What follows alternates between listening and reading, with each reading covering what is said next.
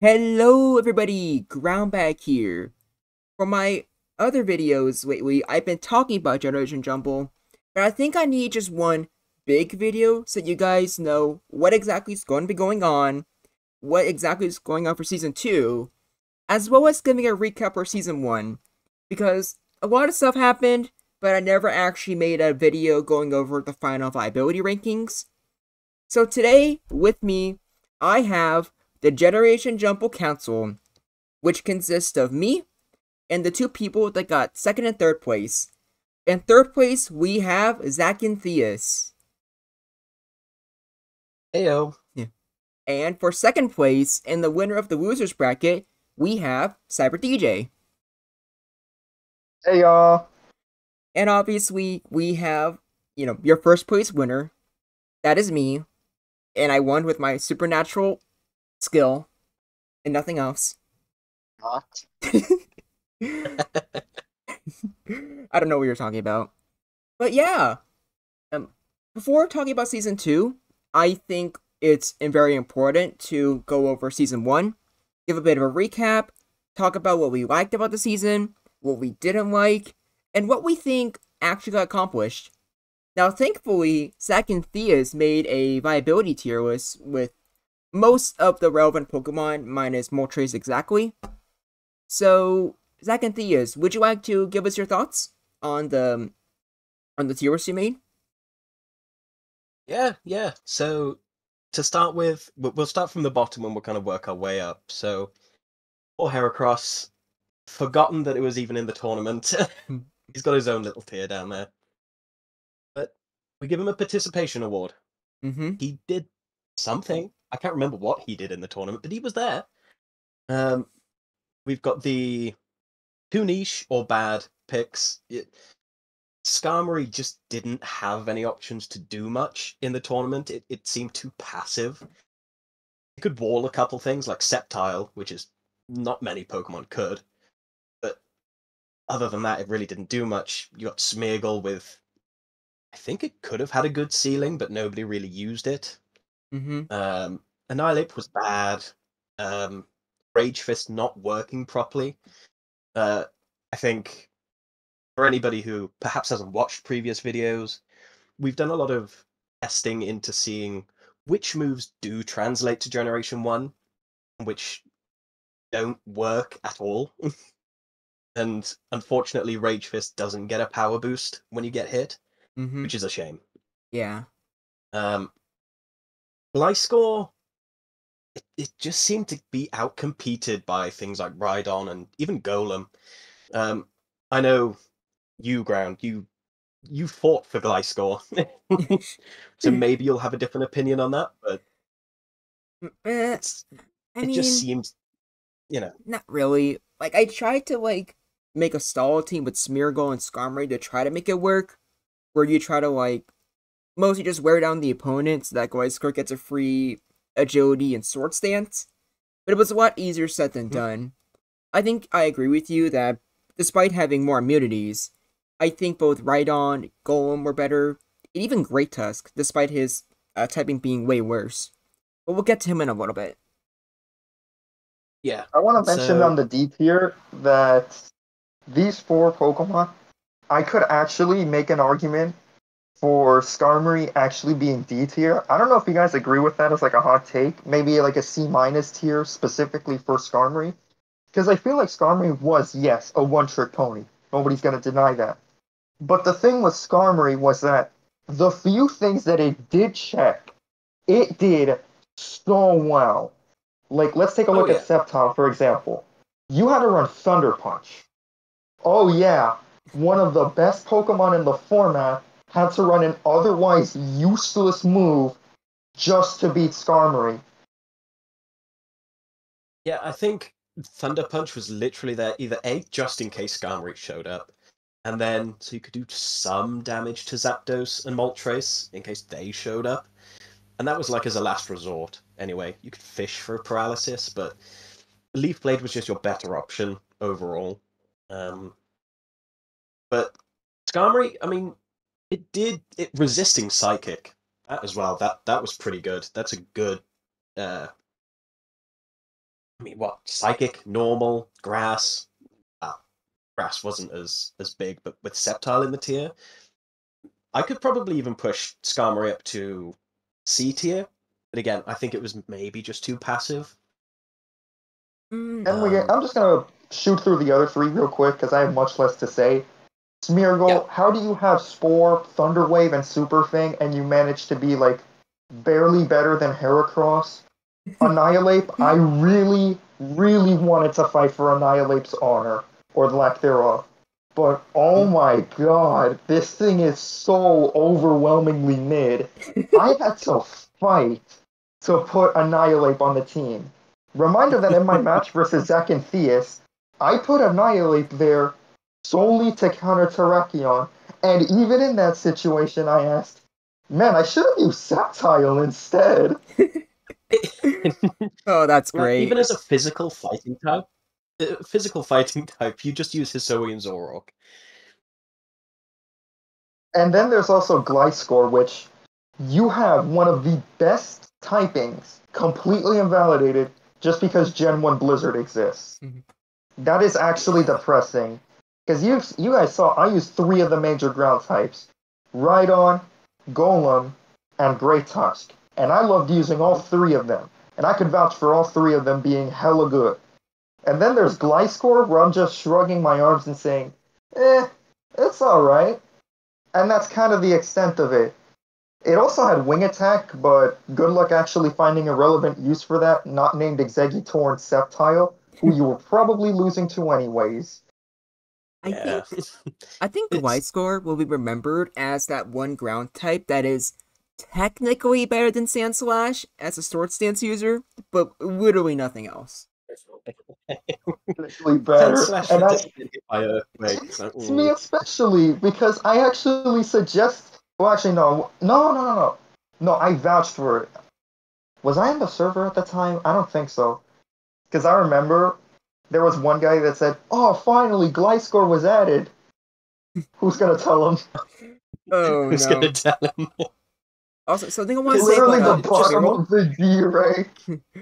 like one thing I have to say about just to Smeargle round off is Gliscor. I think I know why it did end up doing very well. And I think it's mostly because of Mhm. like Sceptile, Metagross, and Great Tusk exactly.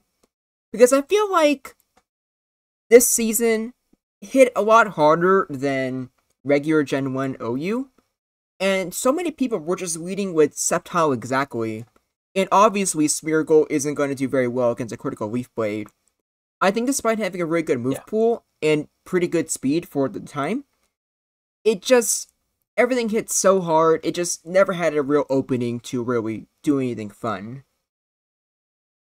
Yeah, Yeah, I can definitely vouch for unfortunately, it was that. just too frail and not quite fast enough. Mm-hmm. And I think the problem with Gliscor is it didn't have the things that Gliscor wants to be good. No Toxic Heal, no Protect, There's no no... utility moves like taunt or hazards or anything like that. You're just Yeah. a No. regular attacker. And there's just better Pokemon for it. But, yeah. Should we move on to the next tier up? And I think we Yes, should. let's talk about the C rank. Yeah, and I think C rank is Yeah. interesting So, because a lot of these guys had a lot of merit, and some people did pretty well with them, aka Zack and Theus with Terrakion exactly, but they weren't used that much, which is really surprising. I think the problem with the C rank is that there was so much new toy syndrome going around that we didn't have enough to test the standard OU mons. Because you can see Cloyster, you could probably make a case that Cloyster could have been like a potential B minus Pokemon, but nobody bothered using it because I need to use the Sceptile. And then there's the other two with Terrakion and Hydreigon. Terrakion, I'll let Zach and Theus talk about that one. I'll let them talk about his brainchild. But I know with Hydreigon, the one time I used it, I was like, dude, I wish I was using Moltres right now. Because it doesn't have stab. You gotta run Surf for Rhydon. Its move pool is weird because it doesn't have Ice Beam. So at the end of the day, you're mostly spamming Fire Blast. And at that point, you might as well use Moltres for stab and Fire Spin utility. Whereas Hydreigon has like, I guess a Wall Breaker, maybe like an aggressive Thunder Wave user in the lead. And that's kind of all there is to it, really. Cloyster is just, beak tank, I guess. That's kind of it. Oh, no, Blizzard Absorber, I guess. And that's Yeah. kind of it for the C rank. Zach and Theus, you can finally talk about Terrakion. I know you're excited. Oh, my boy Terrakion. I don't think many people know about the fight that I had to put up to get Terrakion into this. Hmm. Because, like, I don't remember the original video that I commented on, but it started off and I said, Terrakion would be a pretty good fighting type. You were like, yeah, that's a pretty good idea. And then every now and then I'd be like, oh yeah, Terrakion. And you're like, oh yeah, that's a good idea. And then it got to 100. What was it? Your 100th video, the Mega Mewtwo X and Y, Yeah. and then it was Terrakion and the Dunsparce. It was me and Plush, and whoever won that got they got to be the next video. I'm pretty sure. Plush won. I'll give him. Terrakion got in eventually, and that was my goal. Hmm. And it performed surprisingly well. It didn't quite do what I expected it to do, but against things like a greedy Dunsparce or Chansey, Snorlax, being a good fighting type helped out a lot, and it's got pretty good special bulk. So even being able to take a Psychic and at least returning with Rock Slide or Hyper Beam, it's not bad, but I felt like it needed a Sword stance to actually be threatening, which was a shame. It was good on paper, it was pretty good in practice. That was it. It was just pretty good. Hydreigon. I tried using Hydreigon quite a bit, and I agree with you on this one, Cyber. It just kind of seemed like, weirdly, it didn't hit hard enough, which was bizarre because it's got a high special, high base power moves in like Fire Blast, Earthquake, Hyper Beam, and I kind of described it as a jack of all trades. Like, you could Thunder Wave, you could probably rest in front of a couple things. You've got good damage, really good coverage. It didn't excel in anything, and I think that kind of led away from people trying to use it. And Cloyster, I think could have been good as Clamp, but the speed tier that this generation Jumble was just shot through the roof. And Our anything literal faster existence almost invalidated it. Yeah. Yeah, and everything faster than Cloyster destroyed Cloyster. They had Thunderbolt, they had Leaf Blade, it was just insane. But yeah, so that's mine on the C tier. So, Anything to add, Groundback? yeah, I have an issue with Cloyster, because I feel like it never would have actually been anything better than C tier. Because I also feel like it's special. While it's pretty good, and also, even in regular OU, its main weakness is, special attackers. And I feel like there's just a lot of stuff that, like you guys said, is just faster than Cloyster. But look at how many things can just damage Cloyster super effectively. You have like Jolteon, Regieleki, Porygon Z, Starmie, Sceptile, Zapdos, and even Tauros and Zoroark. Now, technically, Cloyster is a check to Tauros. A lot of the times, if they get a crit, that will just kill Cloyster just then and there.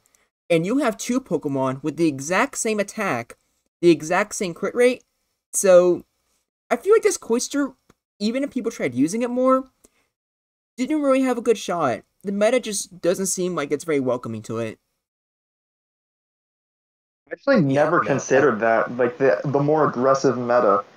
Because I know for some things you could have made the case for it, but yeah, I think in hindsight, C tier is probably the best one. Yeah, because even some of the slower Pokemon we added, like, compared to everything we added, Great Tusk and Porygon Z aren't the fastest things we added. And they're still faster than Cloyster, I'm pretty sure. Like, Great Tusk is, like, 83 speed or 7. something weird. Yeah. And the things that were slower than it didn't really do anything. So, higher speed tier, a lot more special attackers that can deal super effective damage. Cloyster just fell out of relevancy, but it still did kind of perform well because it can explode, it can clamp, it can explode, right? I can explode. Yeah, it can explode. Yeah. Okay. Cool. So it had uses, but I think even maybe C tier might be too good. Fine with C tier. I'm gonna be real. Yeah, like, I think it's a little bit mean to put Cloyster in the same tier as freaking Annihilate and Gliscor. It's not that mid. Well, we could push them down to the Heracross tier, but yeah, I get what you mean. No, Oh, I refuse to slander Annihilate more than I already did. oh man, only having Oh, one good no. fighting type for season 1, that is sad. Especially when that fighting type is in C tier. The funny thing is Yeah. that it really did like that rock typing. I know earthquake weakness, but like that rock slide, you need that. Mm-hmm. Yeah, Definitely. and at the very least, most things using ground like Earthquake didn't have stab. So you had like Rhydon, Great Tusk, and then Golem sometimes, and Gliscor. Yeah, Gliscor. But I mean, like Metagross, Sceptile used it for a little bit, um, and that's kind of it. It didn't really fear ground. Oh, and Tauros, it didn't really fear it too much because they weren't stab Earthquakes at the very least. Yeah. Bulky. Surprisingly, yeah. Should we move to B tier? I think so. Oh, let me talk about Snorlax. Oh, that should be good. Here we go. Oh, Snorlax, the big chonker. How they have forsaken thee. Because the thing is, every single Snorlax set was almost completely invalidated just because of the Dunsparce's existence Mhm. and because of the faster metagame, like we alluded to with Cloyster. But there is a silver lining here, and that's Fizzlax. Body Slam, Earthquake, Hyper Beam, and Self Destruct. This Snorlax set got much better. Because the meta was already faster, you needed Snorlax's bulk for less. So it being a hit taker was actually better for it because you could take something bulky and you could just, blow up in its face.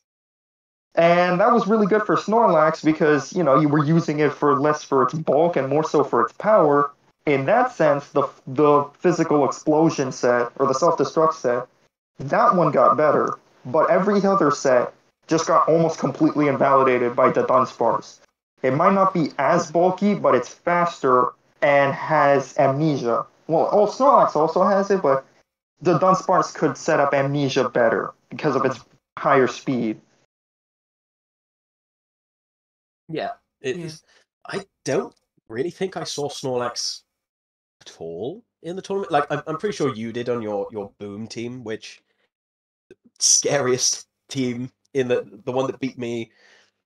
I was Terrifying. vouching for that Boom Spam team, but I feel like I was like the main proprietor of like Snorlax and to a lesser extent Golem. But we can get to him like after we finish the tier list. Yeah. But the thing with Snorlax is like I know there were some people that used it. I don't remember who off the top of my head. Maybe AJ used it once or twice. I don't fully remember. I know there were other people using Snorlax, but they were not using it as much as me. No, it I did know I not was the make an main impact user. at all. Yeah. I wanted to. I really did want to because I still feel like Snorlax is very underutilized. But very often I was trying to think about which normal types I wanted on my team. And every single time I would look at Snorlax and I'm like, okay, this looks really, really good. And I know if I use this, it will win me some games. But why would I use it over Tauros and Zoroark? Or why would I use it over the Dunsparce? Or even to some extent, Porygon Z?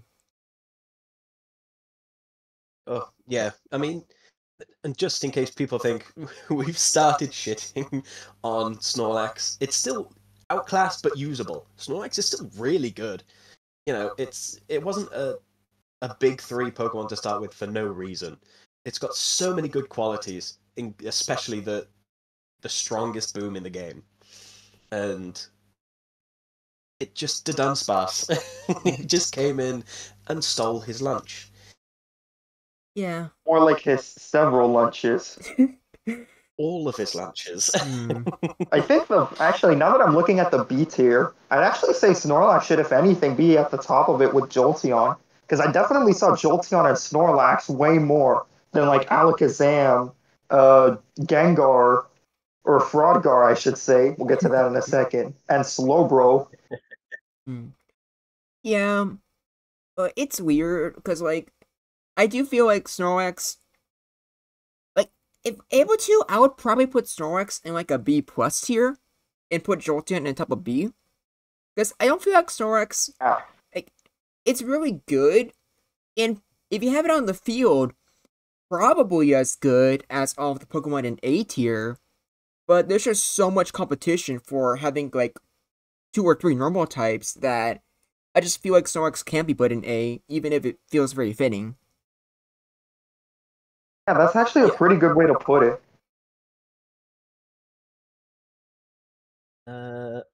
Yeah, no, I can't see any arguments against that. Generally, the A and B tier, sort of all those tiers down below, they weren't necessarily ranked in order because I kind of put this together quickly before the voice call. Whereas the big three and the S tier, that's more ordered in base of how we feel like Pokemon performed. Whereas A and below, they're shuffleable within their tiers. I think they all generally fit the roles. So, like, Snorlax is outclassed by the Dunsparce. Jolteon was, let's face it, outclassed by Regieleki. Gengar as a sleep Pokemon, I felt like was just outclassed by Jinx. Amnesia, Slowbro, the Dunsparce, and then Starmie as well. And Alakazam. Sceptile. Oh, yes, it was entirely invalid. I learned that the hard way. And Alakazam, there's no reason to use Alakazam. Like, we'll get to this later. Starmie performed possibly better in this tier than it did in the original OU, and that's quite surprising given what it's surrounded by. But Alakazam, I don't think I saw it this entire tournament, like maybe once or twice. Yeah. That was same here. Yeah, it's a strong psychic type, but that's all it is. Mm-hmm. So, Because then you look at it, it's like, this is a really strong psychic type. My brother in Christ, the entire S and A tier is strong blank type. I don't even think it's just yeah, that. I think Alakazam is mostly outclassed because of Metagross. Because I feel like having a quad psychic resist when Alakazam, literally its only special move is psychic, I think that alone just killed any viability it has. Because even with the other psychic type competition, Starmie, Jinx, Executor, Alakazam would still technically have the niche of being fast with Thunder Wave and Recover, but with Metagross just being unable to hurt it at all, that just, and like obviously Metagross not caring too much about paralysis because of either agility or rest, that just, Alakazam just had nothing to do in the tier at all, really. Yeah, like, you could use Alakazam on your team and you'd perform well. Alakazam isn't bad. It's just, I mean, you run the risk of running into Hydreigon, which Dark is still. This is such a weird interaction. Dark is immune to Psychic in Gen 1, but Psychic takes neutral from Dark. You can have a dark type move, by the way. Yeah. No, it would be irrelevant anyway, yeah, but the fact that you could use a Psychic and then they switch in Hydreigon for 0 damage. You got Skarmory. Skarmory takes Resisted, and it's like, being mono psychic was not good. Everything else having a dual type along with its psychic allowed them to cover for other things. Yeah. Definitely. And then there's also Jolteon and Gengar, which are like, it's kind of funny how in the tier list you put Jolteon and Gengar right below Regieleki and Jinx. I know that was not intentional, but it just kind of proves the point by just how outclassed they are. Because Jolteon's gimmick is the fastest Pokemon, and here comes Regieleki, which is literally the fastest Pokemon ever. And then you have Gengar, which is the fastest sleep abuser. But you have Jinx, who is, the second fastest, has a reliable sleep move, the best set of stats for RBY besides normal, and it's pretty much the best lead besides debatably Starmie. And there's just like, when am I supposed to use Gengar? Because like, when are you gonna switch this thing in? Ground and psychic weaknesses in this tier with Metagrow? No, thank you. Now, I was someone who was like, I tried fighting for Jolteon. Like, not so much in the actual tournament, but beforehand, I tried testing it out as a lead. And I, I feel like it. I think the main thing I would use Jolteon for over Zapdos and Regieleki is I still like how it's very fast, but I also feel like Regieleki sometimes is a little bit frail. I know Jolteon isn't exactly, like a tank or anything. It's pretty bad too, but it technically has more coverage than Regieleki. But I will admit that Regieleki is just better. But I don't think I would ever feel comfortable really using Regieleki as a lead. It just feels too frail for that. Yeah, like, What do you if you're think? going to use Regieleki, it would definitely be late game. Like, Regieleki in the mid to late game is really scary if your Rhydon has gone down. It's just spamming Thunderbolt, and then you've got the risk of explosion. It's terrifying.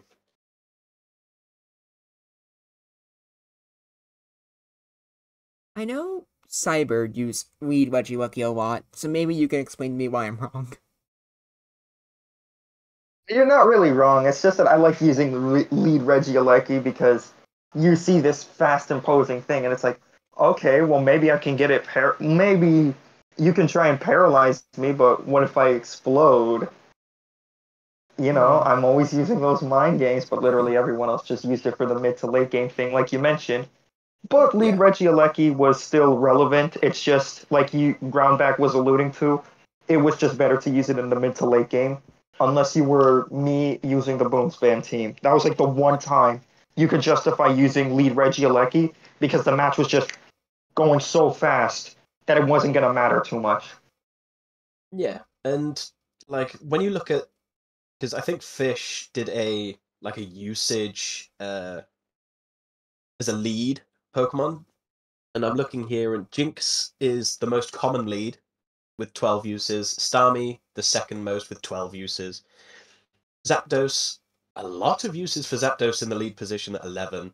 Jolteon is an 11, and then Regieleki was 6. I mean, Starmie, I think I saw more than, other than Jinx, Starmie I definitely saw more as a lead more than anything else after Sceptile fell off.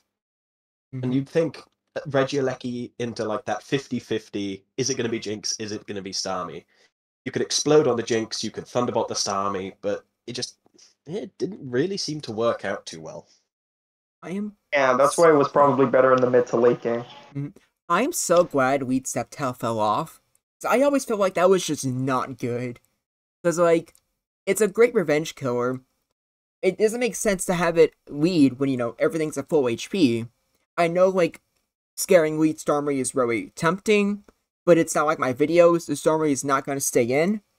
Not to mention, when people were doing this, it wasn't like Leech Seed sub Sceptile. It was freaking like Sword Stance Hyper Beam Earthquake Sceptile that most people are leading with.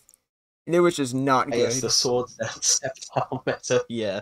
That was, it would do like 30-40% to most things after after a sword stance, and it's like, ugh. No. Just use Leaf Blade, throw in like Leech Seed and Thunder Punch, hope for the late game. But Yeah. we'll get to Sceptile later, but Mm-hmm. I think Let's start with the A rank, since we already talked about Regieleki and we alluded to Jinx. Might as well just talk about the A rank right now. Fair enough. The that's a pretty good idea. Yeah. that stupid Jinx that I hate. Yeah. So the one that I'm curious Well, about is Porygon Z. Because with the other three, I think it's pretty self-explanatory why they're good. But I don't feel like I saw a lot of Porygon Z outside the beginning. it I feel like Porygon Z. I've put it up there because when Porygon Z was there, the focus kind of had to be on Porygon Z because it was kind of like Hydreigon in a way, where it had good coverage and a high special attack, but it for some reason just performed so much better. The damage coming from Porygon you had to respect, and Heal It got up. recovered. Yeah, it got recovered, doesn't it? Yeah. Yes, it did. It's Yeah, basically a wall breaker that can heal. and when it got used, it was used really well. It's got bolt beam coverage, hyper beam, which wasn't weak at all, and then yeah, recover, agility, thunder wave. It wasn't bad by any means. And when Porygon Z was on a team, it had to be respected. That's what I saw. It didn't get used very much. It kind of fell off like Hydreigon did, but overall, in terms of power, I'd say it's much higher. Hmm. Okay, I can see that. But that's my thoughts on Porygon Z. Cyber, have you got anything on that? I think there was also like Psychic, which was like, yeah, it was fine, but like I'd rather just use something else and deal with something else with Gengar, who was already not that common in the first place. Otherwise, yeah, you would use Flamethrower for Metagross and only Metagross. And then, yeah, it was mostly just Bolt Beam, Recover, Hyper Beam. Maybe you'd throw in Thunder Wave and Agility if you wanted to be, fancy. Yeah, it was mostly just those moves. I feel like almost every Porygon Z I saw almost always ran a Thunder Wave. Yeah, No, it was. what were you Same gonna with say? yeah, no, it's right. I was gonna say it's kind of the same with Hydreigon. It's like it was normally Bolt Beam, Thunder Wave, Recover. You just paralyze the opponent, kind of just hope paralysis takes over, and then recover what you need to. Now we're talking about Porygon Z, now I'm kind of wondering. It's basically like, the thing where in the lead slot you would typically use something. It's like, oh, spread paralysis with Thunder Wave. Porygon Z was basically that, but it was also an offensive threat and a very customizable one at that, because you can just pick and choose its coverage for the most part. Oh, my team is weak to Metagross. Well, we'll just slap Flamethrower on it. Oh, my team needs a Lake and Clear, Agility, Hyper Beam. And it's always got Recover, so you can't, you have to either kill it in one fell swoop or catch it off guard.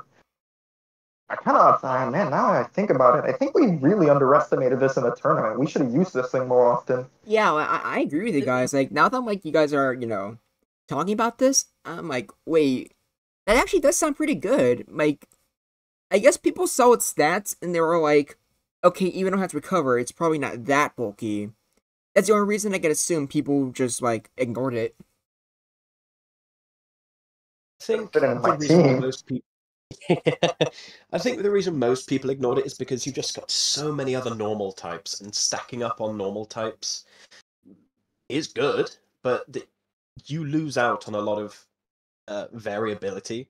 Because I mean, you're looking at the top 10 Pokemon, and you've got one, two, three, four of them are normal types, and I think they just all performed better than Porygon Z did.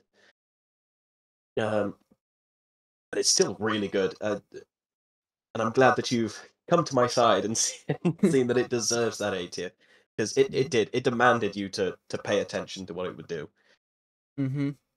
Yeah. And speaking of demanding presence, Great Tusk. Oh my gosh, yeah. I think Great Tusk was the scariest Pokemon.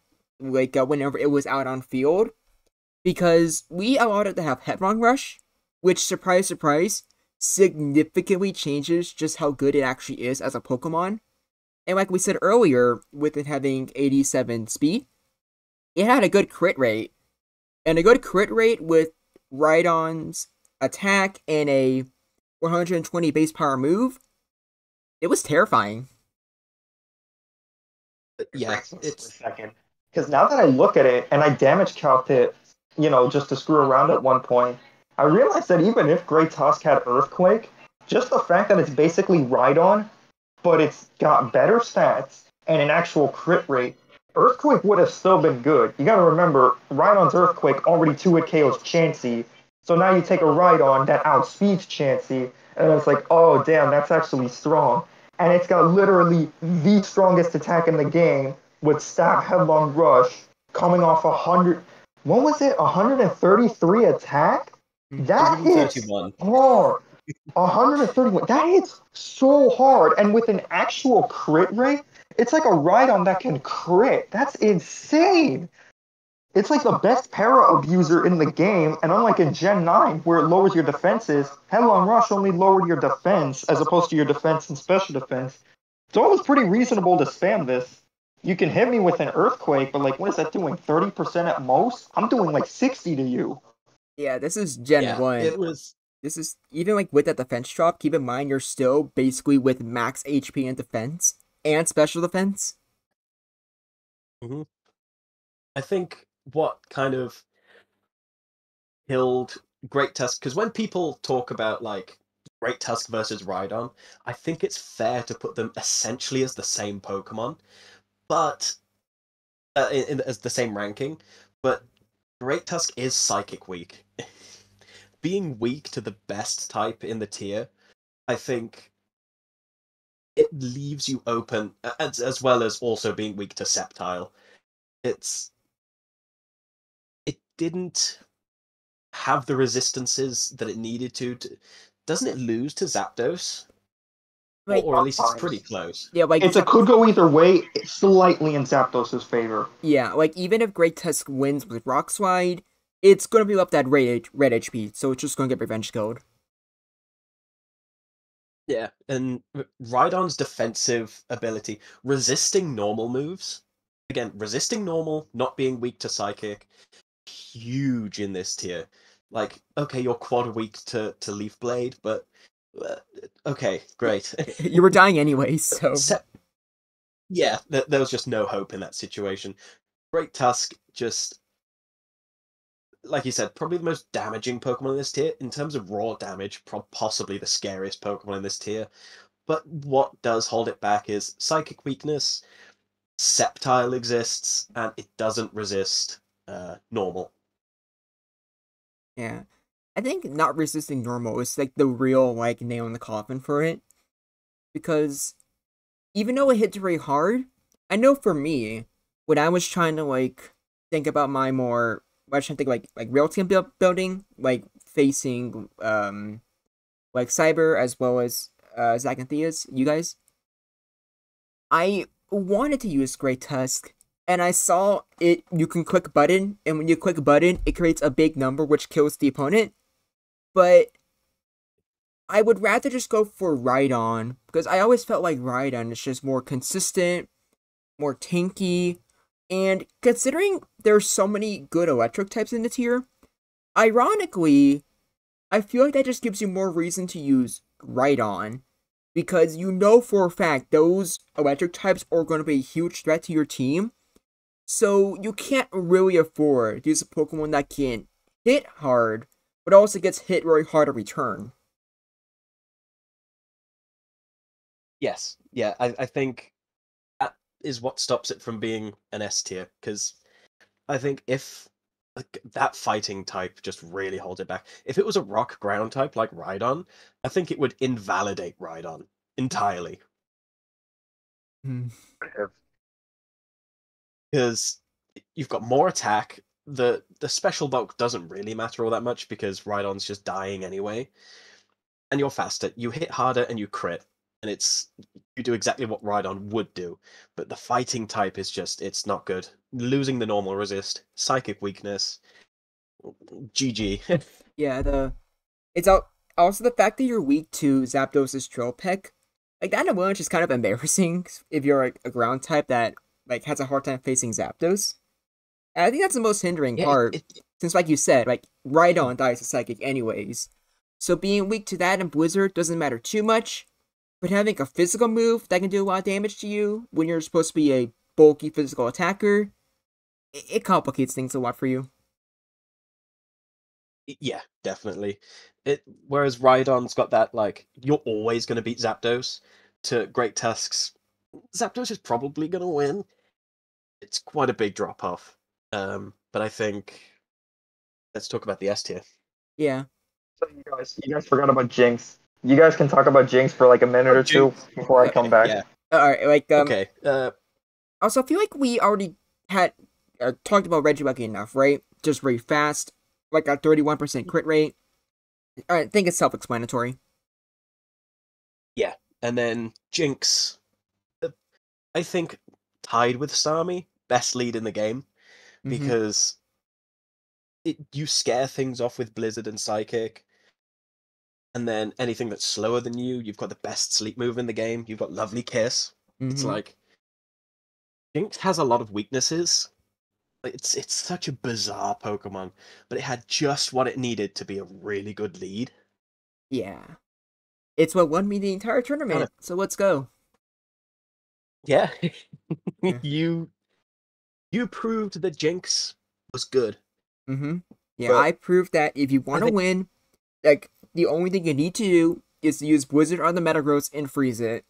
Like, I'm not sure why other people didn't do that. It seemed like a pretty good strategy. it happened a lot. Like even in practice games, I found that Metagross was just being frozen all the time. I chalked it up to it being made of metal, and it just kept killing the metal. But I saw like 3 games, and Metagross got frozen 3 games as soon as it switched into Blizzard. Like that's just unfortunate. You know, I'll be actually, talking about my Metagross. like, and that, when you No, say it no. out loud, I feel like it actually makes more sense if you think about it. Because Metagross is a steel type, and I feel like resisting ice is both a really big blessing, but also a curse. Because for Jinx, for example, Jinx has a 95 special Blizzard. It hits pretty hard. You don't want anything else hitting it, so since Metagross resists it, obviously you're going to send Metagross out against the majority of ice moves. But the more ice moves you're forcing Metagross to hit, or the tank, obviously that just leaves a high percentage that it might get frozen. Yeah, I mean, you resist the Blizzard, you resist the Psychic. Not really much Jinx can do to you at that point, but Mm-hmm. the in terms of being a lead, I think Jinx and Starmie, depending whether you wanted to sleep or paralyze, the 2 best leads in the game. Like they people who watch the tournament, they'll see that these 2 really performed in a class of their own. But yeah, Mm-hmm. so that's Jinx. Really good Yeah, stab so moves. now that you finally made me relive my trauma, can we finally talk about the S tier? I want to talk about Yes, with Executor, because that was the one I was super interested yeah, in. Oh yeah. Yeah, because, like, I was talking it's to Zach and Theus about this when I was preparing for my match with you, Cyber. It, being a grass type, strangely enough, I felt like was pretty desirable. Because there's a lot of stuff like Zapdos and Regieleki leads. And I kind of was like, okay, maybe I might lead with Sceptile, because at least for your game, I know how much you led with Regieleki. But I also felt like Sceptile is, again, a better revenge killer, and also not bulky enough. So I feel like Executor's pretty good because, well, obviously a psychic type with Sleep Powder, that's always gonna be, like, amazing. But also with Mhm. Regieleki in the being everywhere, same thing with Rhydon. Being a bulky grass type felt really good, especially for Great Tusk, because I'm pretty sure Executor is like the only thing that doesn't mind too much being hit with a critical headlong rush. Headlong Rush does 25% to Executor on average. That's a Mm. Tauros body slam on a resisted hit. Yeah, like, it says a lot Yeah. just how powerful like headlong rush is, but even though it's 25%, I think that definitely gives Executor a huge boost. That it's the only thing that can tank that, really. Pretty much, Yeah, yeah. yeah. It was Executor. The way that I like to think about Executor is that once Executor was on the field, you can't really stop it doing from what it wants to do. Does it want to put you to sleep? You're going to go to sleep. Does it want to explode? You're going to have to take that explosion. Mhm. And I think that's why we kind of saw things like Zapdos got a lot more popular, just to at the very least drill peck it, and Moltres. Can we just talk about while we're in the S tier? We'll talk about Moltres. It Would actually put Moltres in the S tier. Maybe like, yeah, I would actually put it in the S tier. You know what? I'm gonna say it. I'd put it in the A tier. Moltres it didn't really get used too much, but when it did get used, it just found this weird niche to like it countered Metagross, it countered Sceptile, it countered Eggy, it dealt with kind of Great Tusk, even though you're super weak to the Rock Slide. It doesn't want to take the Fire Blast. And the strongest Fire Blast in the game. That's probably where it's got its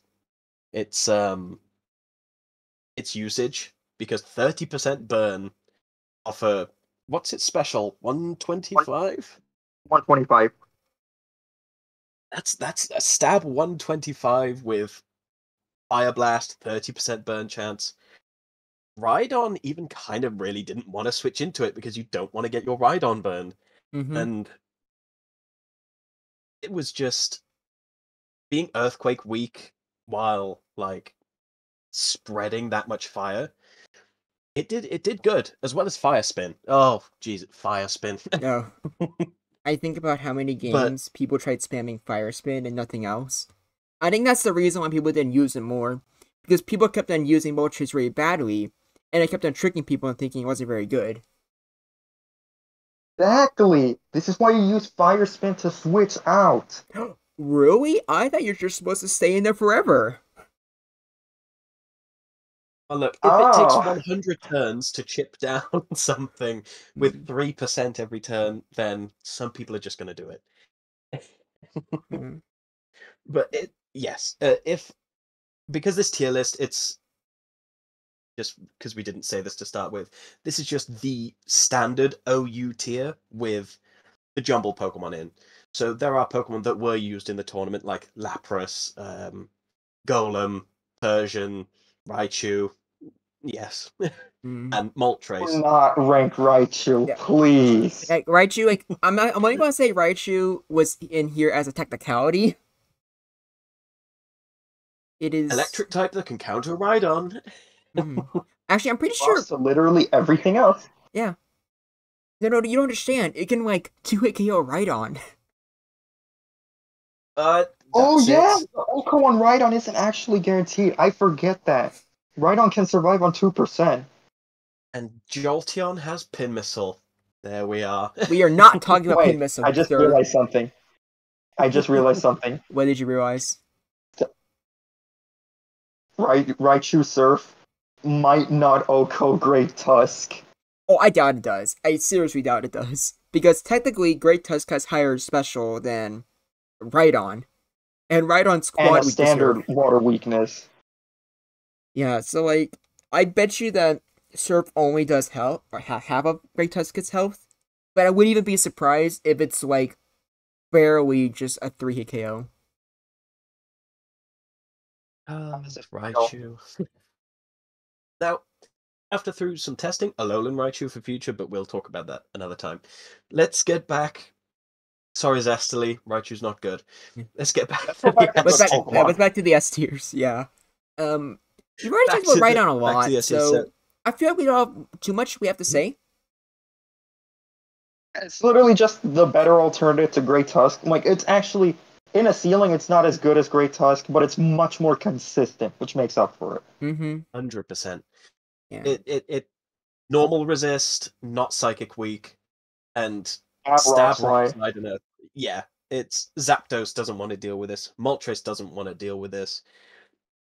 You just switch it out when you know you're not in a good matchup, and then it's in your back pocket in case something wants to explode. And that's also the thing that just makes it really good. Because, like, how many exploding Pokemon did we have? We had Metagross, we had, like, Cloyster, Regieleki, Gengar, technically. Snorlax. Yeah. So, like, there's a lot of things that want to blow up, so that also just gave Rhydon just a huge, buff. Yes. Yeah. As well as being Thunderwave, immune, you didn't really like the Earthquake weakness, but Rhydon was strong enough that you were basically trading back the same damage with your own Earthquake anyway, even on a non-super effective hit, so Rhydon just got so many pluses, whereas the negatives were easy to work around. Super reliable Pokemon, and yeah, S tier. Super reliable Zapdos, who I don't think I ever used once, funnily enough. Yeah, I don't think I used Zapdos either. No, but it just it just worked. Yeah, it's It just worked. it's Zapdos. It's Like, I don't know what to tell you guys. like You guys already know. you guys ever seen the meme that goes like, "Now face it" versus Zapdos? Yeah, the one It's with like the it one with a does super shadow. Zapdos things. Yeah. Like Zapdos, one thing that I definitely think helped it be better than Regieleki is definitely, well, obviously an Earthquake immunity is probably going to help you as an electric type. But I think actually having another stab also probably went a long way. For example, being able to hit both Executor and especially Sceptile. Drawback. Yes. And also chip Chansey Mhm. without killing yourself in the process. You don't understand. You can just Yeah, get a critical Hyper Beam with Regieleki. Base 100 attack is a lot. Yes. You just have to get good and crit every single time. Yeah, exactly. I did. Yeah. I did, and I still got second place. Oh, well, I don't know, next time have a warm jacket for your Metagross so it doesn't get cold. Oh. Screw you. Okay, so Zapdos, Rhydon, Exeggutor. I think we can all say that these three solid top 10 Pokemon. Mm-hmm. They're just purely because of their reliability, good damage, good bulk, and they just, whatever they wanted to do, they could do it. Mm. And then we get into the more offensive, not as bulky, well, like Starmie and all that, they are quite bulky, but like these were the offensive pressures of the tier that really defined what other Pokemon could be good. And Yeah. I think Hisuian Zoroark is probably a good place to start with that. Yeah, I think he's by far the most interesting Hisuian one to talk about. Zoroark. Yeah, because, like, you look at him on paper, and you're like, wait, he has the exact same attack and speed as Tauros, but he has higher special attack, and he's a ghost type? That sounds amazing! So he should be much better than Tauros, right? And then you see its bulk. And it's the way that you kind of look at it is that, okay, well, it's got Sword Stance. Wow, Tauros that's immune to normal moves and has Sword Stance. That's just even better. It didn't have really the opportunity to set up Sword Stance. You'd bring it in later in the game if you weren't too hit KOing something or OHKOing it if it's weak enough. Then there wasn't really much point to use Hisuian Zoroark. It was good for, it had Flamethrower, Psychic, Body Slam, Hyper Beam, and the one time it did get used, it did kill Annihilate with Bitter Malice. And I feel like the thing with Sword Stance is like you're already stuck for moves. You need Body Slam and Hyper Beam. They are mandatory. Your Bread and last butter. two moves have to be some combination of Bitter Malice for probably Gengar and like maybe Fish for an attack reduction to get a better, safer switch. Psychic because Gengar, and to lower special. Flamethrower because Metagross. And spoiler alert, you didn't get Earthquake. That's a big reason why it was worse. Where were you Oh, fitting yeah. Sword Stance in that? Setting aside the fact that it was harder to set it up because your bulk was lower. Like, okay, you're immune to Taurus's normal attacks, but Earthquake is probably doing as much to you as it would Body Slam to other things, so it kind of doesn't do anything different. Where are Yeah. you fitting Sword Stance in that set? The few Yeah. times I used it, it only worked once. And every other time it was just wasting a move slot. And the funny thing it's is, a weird like, day yeah, when this would be the problem that Zoroark would Yeah. have in regular Gen 1 OU, just not having an opportunity to go for Sword Stance. It is way worse in Generation Jumble, where you have Sceptile, Great Tusk, and God knows what else that can just flat out one-shot it. yeah, it still had that ghost normal typing though. Like even with it's more frail than Taurus, it's still max HP, max defense, max special defense. So it Also could got to still remember, take it's got better switching opportunities. Do you know? Imagine this: your opponent goes for a Pokemon, they blow up, they click Explosion. You switch in your Zoroark. What are you supposed to do there? You just wasted a Pokemon, and now you're facing down what's essentially Tauros, 90% Tauros with Gengar with like hereditary Gengar genes What are you gonna do to switch this thing out if your team is weak? Yeah. I Yeah, also think, like, it was with just both Psychic and Flamethrower, I feel like that's, like, the thing that Mhm. definitely helps it stand out. Because while Tauros is technically a mix attacker, even though its coverage moves aren't as good as Blizzard or Thunderbolt, I think we can safely assume that Zoroark is probably just a better mix attacker, just from just the sheer amount of damage it can actually do. Not to mention, a Tauros with Psychic is legitimately huge. And it means that with those two Yeah. moves and, like, normal moves, there is not a single thing in the tier that doesn't get hit very hard by Zoroark.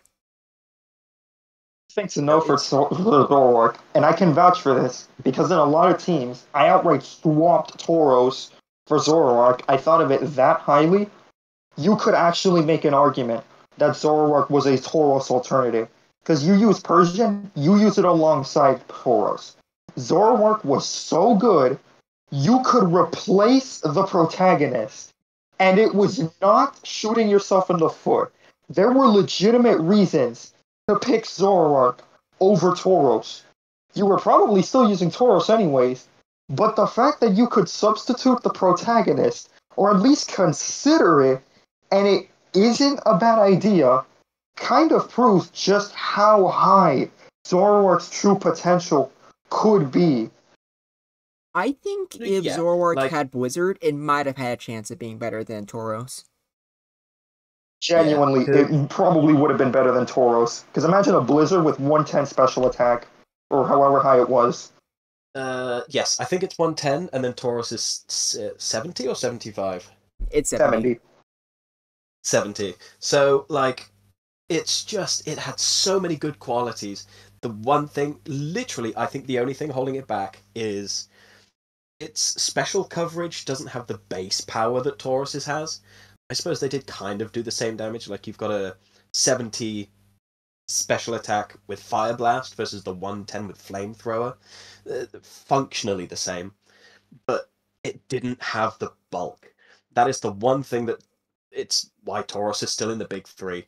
It just has the bulk, whereas Hisuian Zoroark doesn't. Ghost typing gives you a good niche where you can effectively take 0 damage a lot of the time, and you're immune to psychic. No, sorry, the other way around. You're not weak to But Psychic. the no. The ghost is immune by psychic. That's wrong, Oh, right? okay. Yeah. Still a weird interaction, Mm-hmm. but the fact that you had immunities, a Taurus with immunities is huge, but it's when you took the hit, you didn't like it very much. So it struggled in that department, and like we've said, it's basically 90% Taurus. Where I'm surprised it didn't get used with Taurus. Like Hisuian Zoroark and Taurus would be scary. I'm surprised it didn't get done. Also, just to be clear, Cooler than Tauros. yeah. Just be clear though, for those of you watching or listening, even though we're like mentioning a lot of problems with Zoroark, like don't get it twisted, it is still a amazing, phenomenal Pokemon. It is S tier. In Zoroark's entire existence, it's the reason why Gengar and probably Annihilate are as low as they are. Definitely. If Zoroark didn't exist, I guarantee you Gengar would actually be relevant. Because, like, Yeah. why am I going to use Gengar over, again, 90% Tauros? Mm-hmm. Yeah, Yeah. it's got so many perks, and what's weird is you can be 90% Tauros and still have Starmie, Chansey, the Dunsparce, Sceptile, and Metagross outclassing you in terms of overall viability. That's how tight this top tier is. It's Mm-hmm. insane. Yeah. I think Yeah. that we finally mentioned the other Pokemon.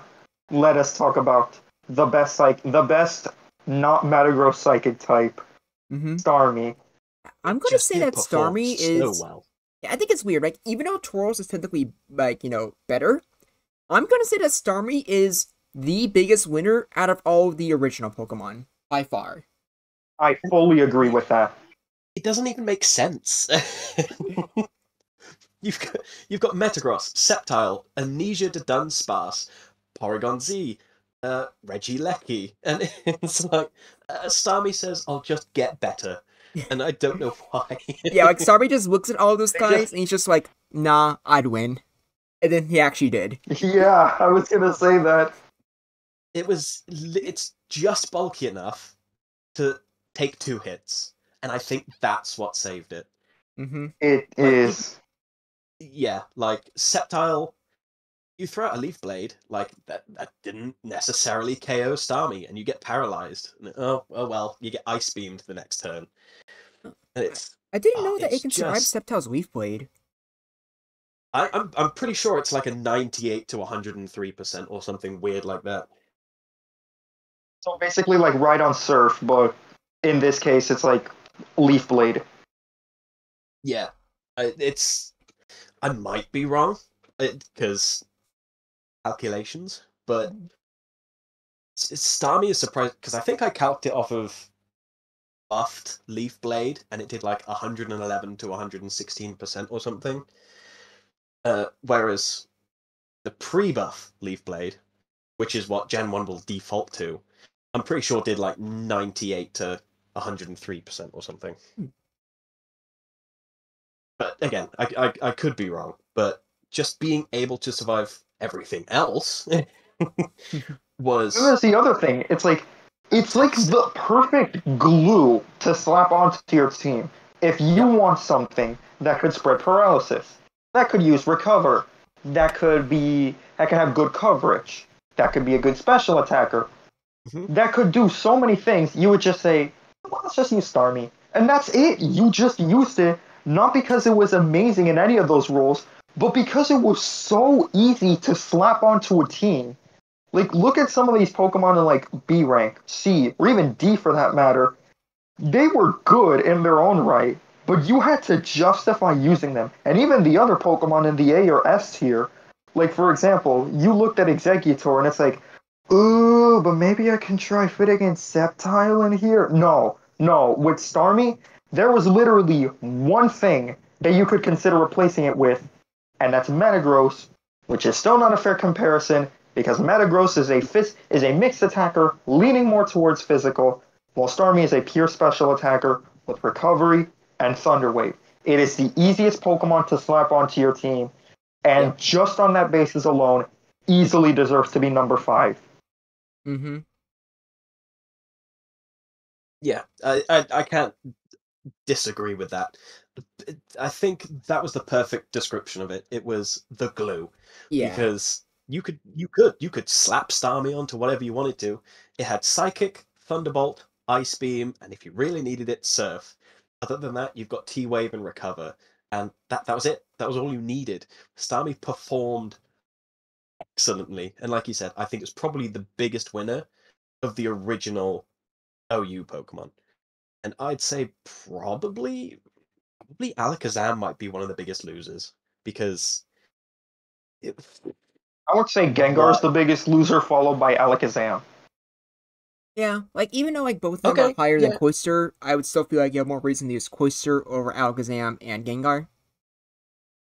yeah. Like Cloyster didn't fall from this high gracious pillar of this is what I can do and I'm really good at it. Cloyster could still clamp things, but Psychic on Alakazam, Psychic, T-Wave, Recover, just use Starmie. Mm-hmm.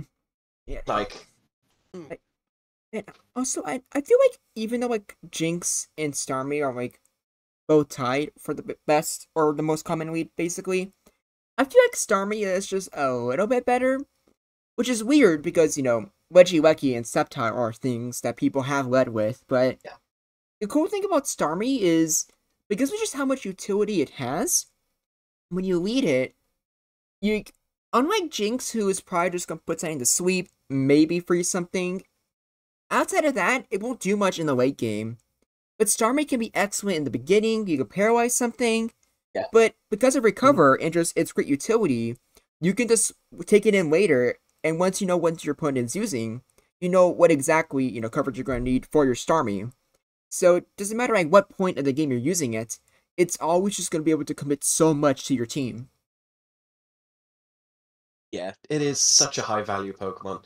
And in terms of them being leads, I think what happened was Sceptile, right at the beginning of the meta, Sceptile was the lead. It's like you said way earlier. Sceptile was the lead everyone was using.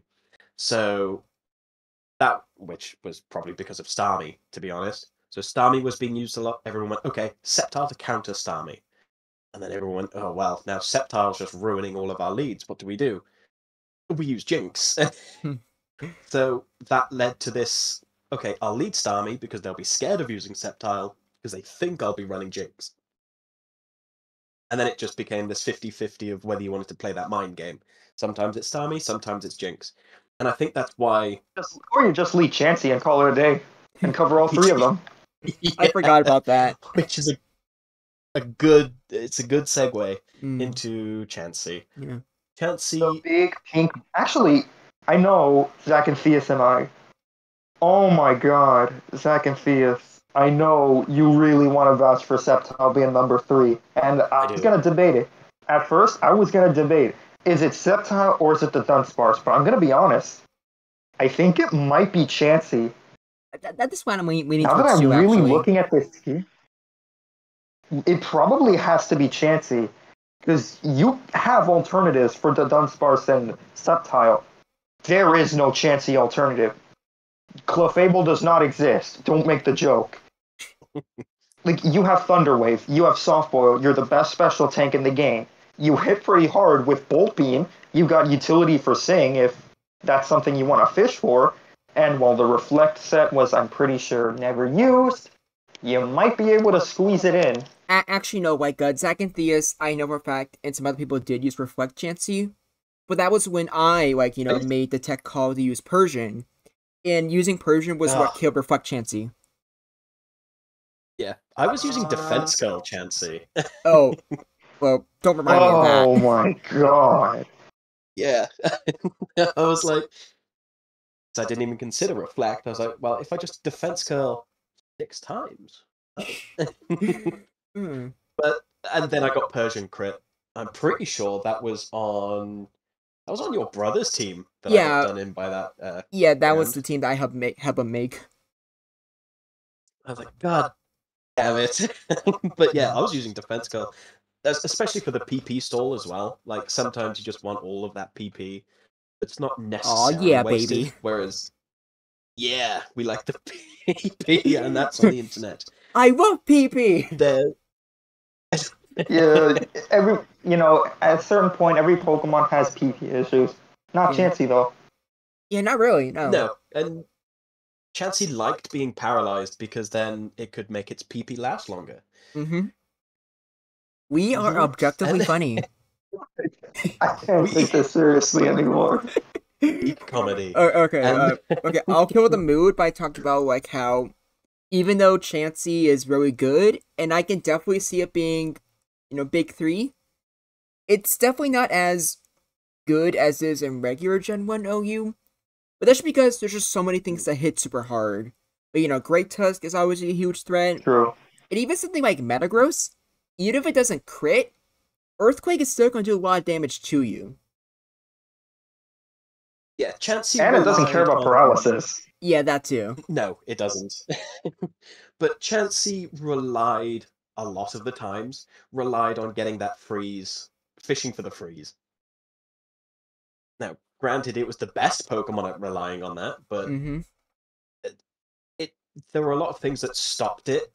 Like, even Bolt Beam, like, there are things that kind of just stood in its way. Like Amnesia, the Dunsparce, which we'll get to very shortly. But the freezes that I think Chansey probably got the most freezes out of anybody in this whole tournament.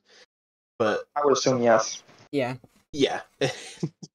And that's invaluable because most teams, other than Tauros, they're not running a fire move, and Zoroark, they're not running fire moves. 2 Pokemon were used to deal with Metagross using Fire Blast. Moltres, like we talked about, was really good, but didn't quite get its legs going by the time the season ended. But Chansey, I think, in my opinion, I was talking to you about this Cyber just before we started, that you could interchange the Dunsparce and Sceptile. But I think you could change the whole, like, Sceptile to Dunsparce and Chansey, depending on how good that Pokemon is for your team and how you like to play. You could swap the three around. They're effectively, in terms of the power they bring to your teams, effectively the same. Just they do. I would say things. all three of them are like the best candidate for number 3. Mm-hmm. Yes, yeah. Like the difference between Starmie and then Chansey to Dunsparce and Sceptile is not massive, but it's bigger than the rest of the tier. Exactly. And yeah, to Dunsparce, Amnesia to Dunsparce. It was the reason why I've put this into the 4th spot as the honorary Big 3 member, as I put it, is that Sceptile was one of the scariest offensive presences that we saw in this format. Just auto-crit Leaf Blade, being able to either 2 or 3 shot even the tankiest of things in this format was terrifying. And then it just excelled in what it wanted to do. Super fast, hit really hard, even with the nerfed Leaf Blade. 70 base power instead of 90, if I remember correctly. Mm-hmm. Oh my god, if it was the 90 base power, it would have been banned. Yeah, I think Leaf Blade would have been gone, because at that point you're either OHKOing or 2-hit KOing, and that's terrifying. But it was what we saw in the tournament. Sceptile shone brighter than almost any Pokemon, whereas the Dunsparce, I put it as the honorary Big 3, because while it didn't get used as much, that the skill ceiling, like the value ceiling of the Dunsparce is way higher. Sometimes you just set up one Amnesia and you kind of win. Mm-hmm. It was insane just how scary the Dunsparce is. And I know Plush is going to be really happy about this. Yeah. But the Dunsparce, I think, shocked me in terms of, like, what we thought would be, like, an okay Pokemon. Like, you could use this, you could use Amnesia Snorlax. But the fact that it invalidated Amnesia Snorlax, the Big 3 Amnesia Lax, that it outclassed it, was insane. It would freeze, it could burn, it had a Blizzard, Thunderbolt, Fire Blast. It did have Hyper Drill, right? Yeah, it did. But I don't think I many people used I it. only think a few people used it. Yeah, I It think people was so prefer Body good, its Slam. signature move was rarely used. Yeah, and it's a good signature move as well. It's not like Rage Fist. Yeah. I think there's a few reasons for that. I think one, I'm pretty sure Hyper Drill and Double Edge have the same base power in this gen, but one of them has significantly more power points. But not to mention, like, both of those moves are just inferior to Body Slam, let's be real. The Dunsparce, while faster than Snorlax, is still pretty slow. So you would prefer to just fish for paralysis, along with, setting up your Amnesia. Yeah, it was... It culminated in this. If it didn't have the HP that it did, every other stat would really hold it back. But being as tanky as it was, sometimes you needed Sceptile to come in and hope they got greedy with Amnesia, or else you just lost. Because 2 Leaf Blades, which I found out the hard way, just kills the Dunsparce, because you crit through the Amnesia boosts. So the Dunsparce, Chansey, and we'll talk about it in a second, Sceptile, interchangeable in that Big 3 position. I think the other 2, Tauros and Metagross, they have to stay there. Oh yeah, definitely. Like, Yeah. especially, I would say, especially Metagross. Because even, like, Tauros, wow, there's not really much reason to, like, really argue Zoroark being better. Some people still might consider that. Metagross is the only one on this tier list, but there is absolutely no doubt about it. He is one of the best Pokemon, and there is literally nothing that can even remotely challenge his, claim to that. We'll talk about him in a little bit. Another thing to know. Yeah, definitely. He's definitely the one that. Let's be real. This is the one we've been most excited to, because like Tauros is like, dude, it's Tauros. Like that's like saying Mewtwo's the best Pokemon in Ubers. Like no kidding. Yeah. But Metagross, we are we are excited to talk about Metagross. Yeah, but before that, I want to talk a little bit about Sceptile. Because now that we've already talked about the pros and cons of Chansey and the Dunsparce, I feel like it's worth talking about Sceptile as well. Now, obviously, Sceptile is I think the third fastest at 120 speed, if I remember correctly. Yeah, something like that. Yes. Yeah, you basically only lost out to like Electrode, Aerodactyl, and Jolteon, and you don't care about those anyway. Yeah, and technically you're slower than Regieleki, but I feel like Regieleki is probably scared of your Earthquake, even if everything else doesn't care that much.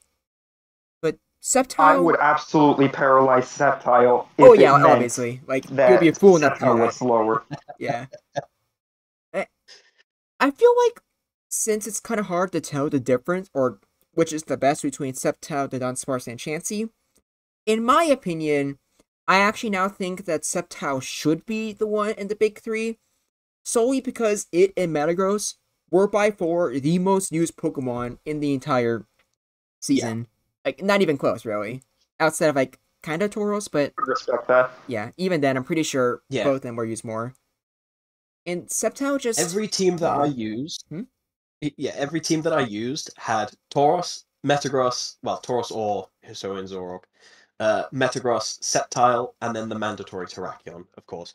I had 2 flexible spots, and that was it, because the others were just so good. Yeah. So just regular RBYOU. Yes. Yeah, you have 4 main slots, and then you can maybe throw in something else. See, this is the cool thing about Gen 1 OU. It never changes. You're always just using 3 Pokemon exactly. Isn't that great? I do like that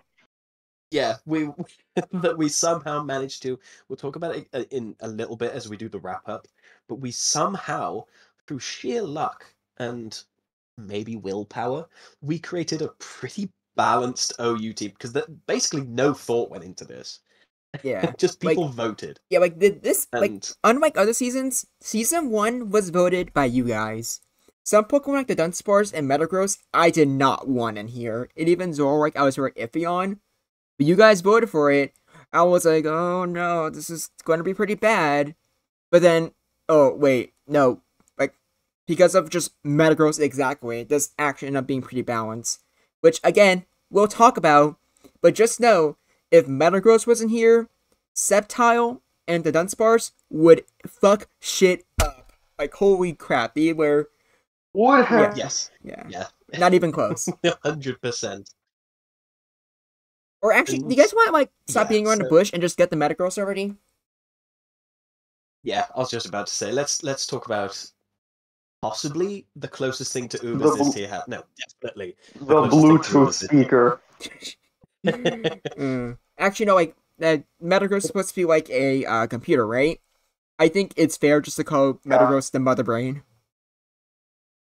The Mother Brain. Yes. Ooh, that's a good nickname. I wish I used it. I'm happy with Bluetooth. I like your Bluetooth nickname. That's good. Oh, it's this cute little Bluetooth, you imagine a little Bluetooth speaker, and then Metagross, this 4-ton behemoth comes trenching in. That's pretty funny.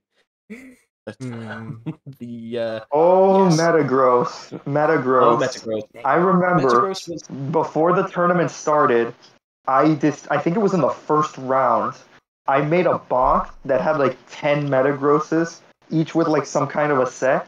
I knew immediately this was the Pokemon to beat. Because, you had Tauros, you had Sceptile. Okay, sure, but I can play around this. Metagross literally just did whatever you wanted it to. It had one of the best typings in the game, one of the best move pools.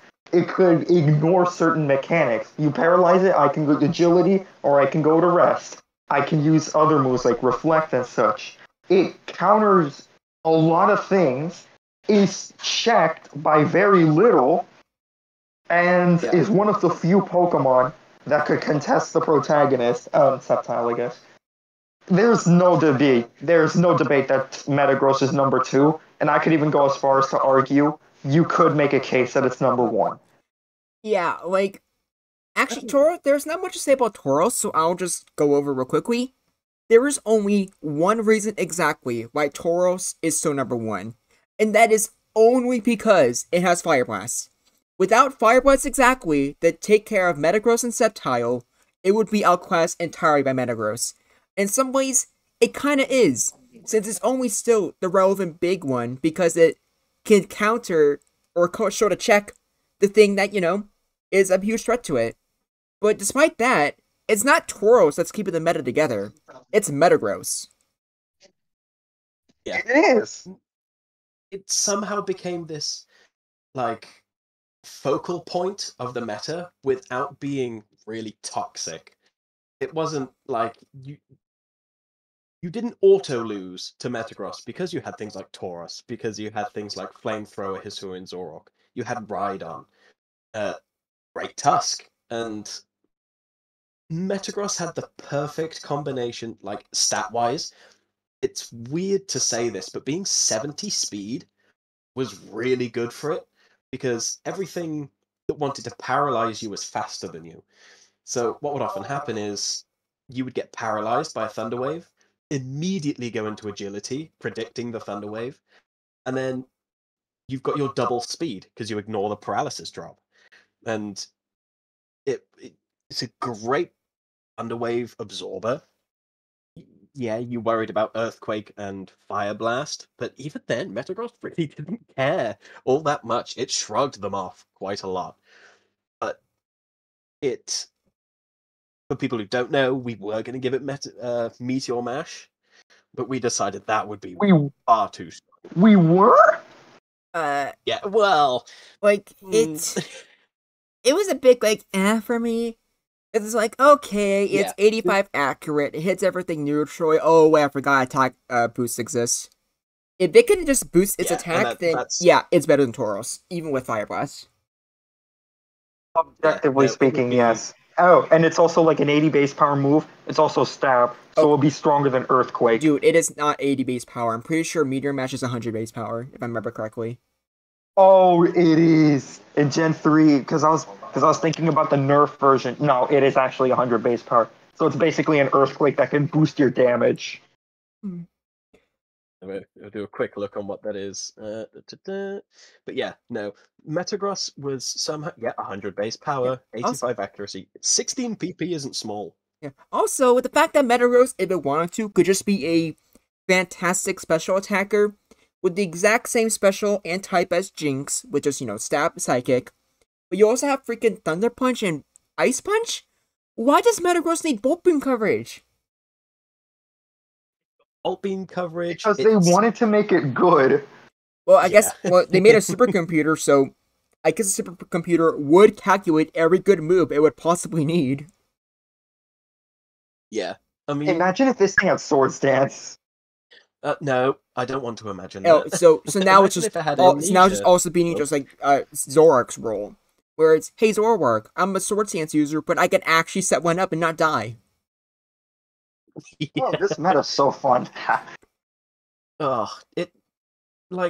Earthquake, Explosion, Body Slam, Hyper Beam, Ice Punch. It's got both screens. Psychic, Rest, Substitute, Thunder Punch. It had every available tool with, I'd argue, the best typing in the game. Oh, 100%. Steel is... Yeah. I don't think we're going to find a better type combination than maybe Steel Psychic for Generation 1. The only one that I could even argue was, Zoroark's. But, even then, Zoroark's typing was held back by the fact that Zoroark was frail, whereas Metagross's typing was enhanced because of its bulk. Because, it doesn't matter if you have a good typing if the stats don't matter. But Metagross was already a good Pokemon, further enhanced by the Steel Psychic typing. It's funny, we have a Dark type, but despite having a Dark type, you never think about it because when you quad resist Psychic, it might as well be an immunity.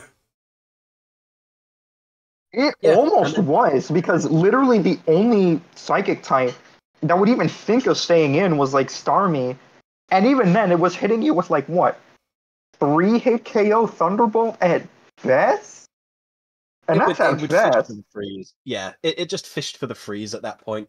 If you didn't if Starmie didn't use Thunder Wave like it normally does, it would just fish for the freeze. And I was talking to you just before this started, but for some reason I just kept seeing Metagross being frozen. It would switch into the Starmie, eat up the Thunder Wave, but that didn't happen. Ice Beam comes out, Blizzard comes out, immediately frozen the second it hits the field, and it only happened with Metagross, and it was just Yeah. But Like, That to happen with undoubtedly. Metagross. yeah, you see, Metagross is like he's aware of his position. He knows that a lot of people were scared of him being too much for the meta, so that's why he intentionally let himself get frozen, just to prove to you guys that he's not the big scary guy we all thought out he was at the beginning. Oh, Yeah, screw you. Metagross We is- both know that you were cheating. No, we're not talking about the hackback allegations right now. I am pretty sure you paid off my Slowbro so it would stay asleep for 7 turns. I'm almost certain. But actually, though, Oh, I like how I we're do just find it talking charming, about though. Metagross. Yeah. I love that we're talking about Metagross and how amazing it is. And we all just look at... And Metagross is like, why not think that I'm the best Pokemon? I have the best typing, the best move pool, I'm bulky. And then Tauros just said, high crit rate. Yeah, it's that one. That one's the best one. And we just unanimously agreed that Tauros was the best one. Yeah. And we have to argue, we have to fight that Metagross is better than Tauros. Or actually, Whereas that just goes to show you just how amazing RBY Tauros is. yeah, but I don't even think it's necessarily the crit rate. Because even a critical earthquake, I would still lay my money on Metagross being more dangerous. I think it's that not just Fire Blast being super effective. I think it's only because Fire Blast is a 30% chance to burn. And at that point, like, yes. Oh, Yeah. yeah. that's like the only real relevant That's thing. true. Yeah, because even a critical Fire Blast, I don't think Oko's Metagross. No, I'm pretty sure it survives. Like, if Tauros had modern day Fire Blast, it'd be no contest. It'd be too risky.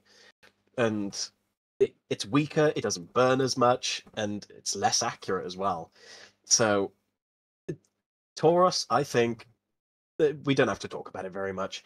It just Body Slam, Hyper Beam, Fire Blast, Earthquake. You use that, you can't find a more well-rounded Pokemon. Yeah, it's funny. Like, everyone feared it at first, but he ended up being the hero. He did. He stopped Metagross. Yeah, I was mostly talking about, like, This is why Metagross being, like, Tauros the is the hero. honorable one. Yeah, because, like, no one realized just how dangerous, like, Sceptile, or actually, no, people knew Sceptile was, auto crit spam at the beginning. But no one ever realized just how terrifying the Dunsparce is, because Metagross kept him in check. Like, Amnesia Blizzard from the Dunsparce would have just killed everything if he had the chance. Yeah. Also, Metagross has Explosion. I think. Yeah, it just does everything. It's a psychic that explodes better than Exeggutor. It's a steel type, which is just phenomenal. It's probably the best agility user in the tier. Like, I don't think that's an argument. Yeah, I think the only competition thing is that Zapdos.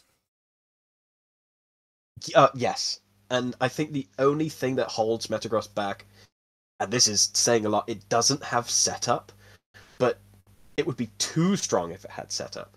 That's it's an insane. Well, it gets defense curl, but it's just such an insane Pokemon. It's the best Pokemon, in my opinion, best Pokemon in the tier. But man, Tauros keeping it in check, it helps. Yeah, like, It's got such high value just to be able to stop Metagross. I mean, if you want to be technical, I'm pretty sure Metagross did see more usage. So, I guess we can technically say Metagross is the best Pokemon for this season, since people probably won't be playing this season that much anymore. Yeah, I can be fair with that. And like I said, it's probably the closest thing to an Uber's Pokemon that's in this entire format. Yeah. I am very, very curious to see how it does when we get to Season 3. I know we have Season 2, but I already know Season 3 will be a Hoenn takeover for Gen 1 Ubers. Metagross will come back, he'll get Meteor Mash, and you'll have to compete with the Weather Trio, Swampert, Blaziken, and Slaking. And I think that'll be really Oh interesting my to see how god, that the does. auto-critting Blaziken. Yeah, that's gonna be interesting, because Blaziken will have Blaze Kick, it's gonna be an auto crit, which sounds very good, but he's also a firefighting type in Gen 1 Ubers. So not even just Mewtwo being a big threat, Oof. Slacking with Earthquake is also going to be a big threat. But I think there's still a Slacking chance is that just- Metagross might hold it together even in there. You know what's funny? What? Slacking has a signature move in Slack Off, which is Oh. exclusive to its line. Oh yeah, I remember seeing that. I'm like, yeah, no, I'm not gonna include that for the video. I know AJ waited like 8 months, but screw that guy. Like, Slacking is gonna get nerfed, only for him to beat Mewtwo. Yeah. It. Would we? Okay, should we finish off this season 1? We'll finish off the season 1. That's the thing. We Oh, I actually forgot. went a Like, lot longer than I we've been thought we talking were for a going to. while. We still have to talk about season 2. That is this is funny. So I guess we'll just end this off. Each of us will say something we really liked about the season, and also something that we didn't like. So let's just go in order of, like, first place, second place, third place, etc. So let's start with you, Zach and Theus. What was something that you really liked about it, and what was something you didn't like about the season? So, I liked the balance. I said it before, somehow the community came together and bullshit its way through democracy to create a surprisingly really well-balanced tier. Like, out of everything you see on this tier list, only, 5 of them are pretty bad? And that's just because they were limited by... They're not bad Pokemon inherently, they were just unfortunately held back by Generation 1.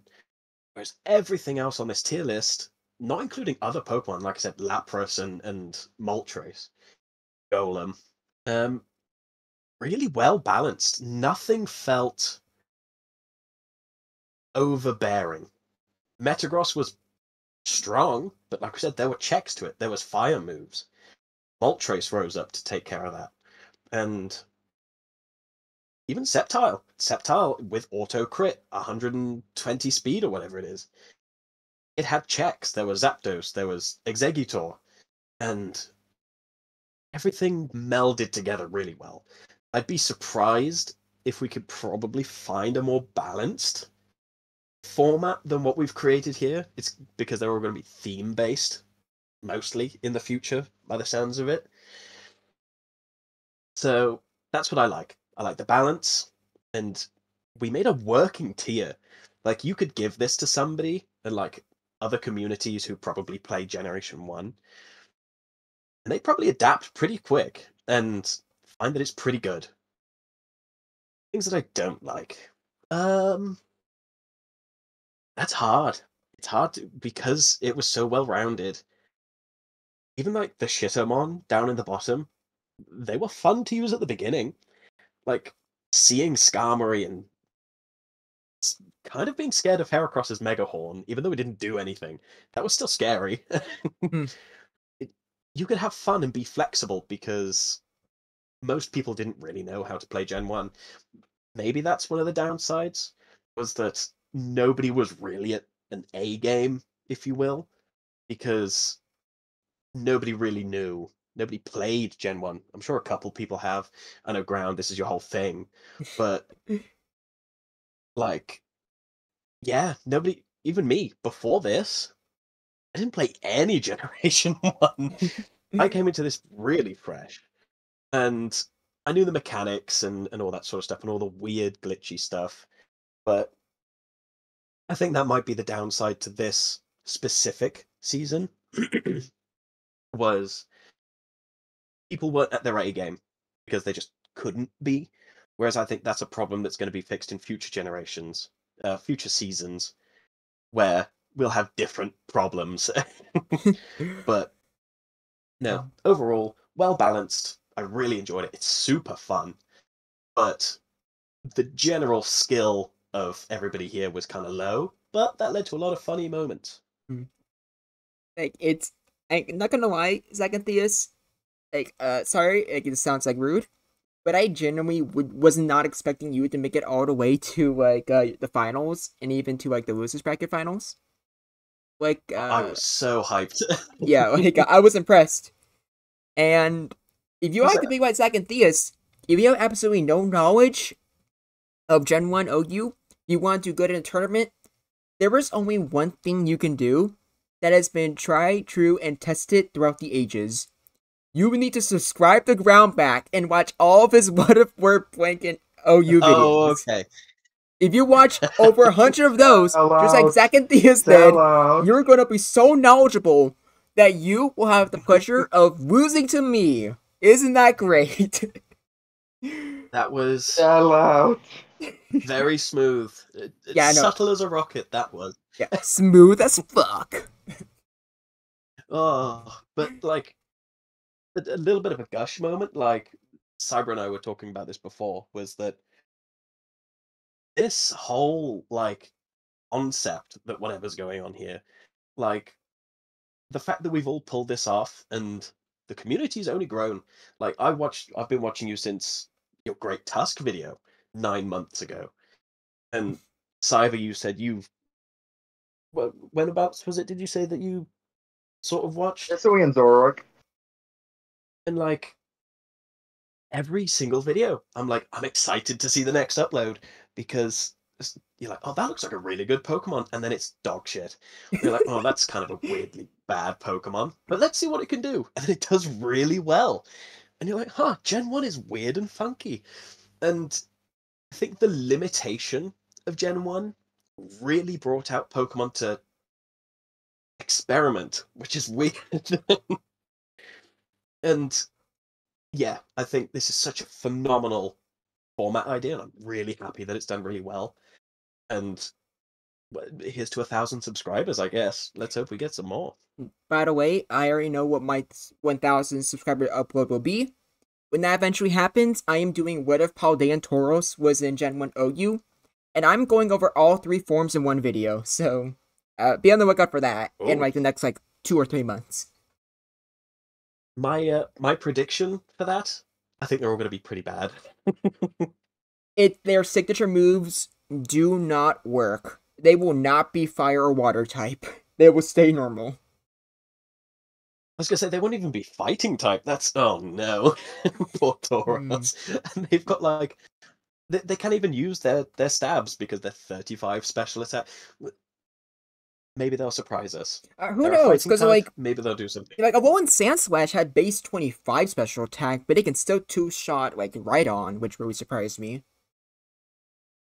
Yeah, I was surprised. Like, for people who aren't in the Discord, that some of us from time to time will just test Pokemon to see what we'd want to suggest, because you won't know until you try it. And I've tried like Alolan Sandslash with Zastily a couple times. It's pretty good. It's again, it's one of those Pokemon you think is going to be really bad.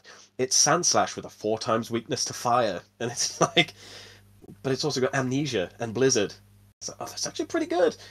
So I think people should always comment what Pokemon they want to see, because sometimes you think of something that other people don't.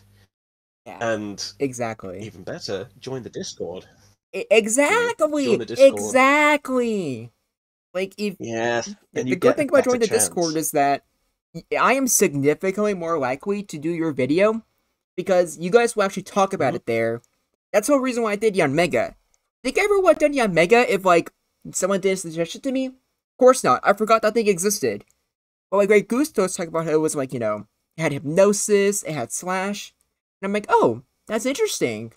Because a lot of those really bad and forgettable Pokemon end up having some of the moves that are just very funky in Gen 1.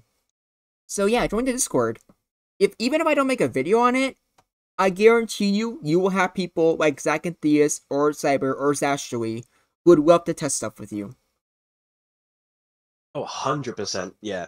Like, before the whole, like, we were considering the theme and stuff for the Generation 2, I did a few test matches with Zastly. Like, we tried out, like Drapion. My poor boy is not going to be in Season 2. But it's just that mid-Pokemon that never really gets anything good in later generations.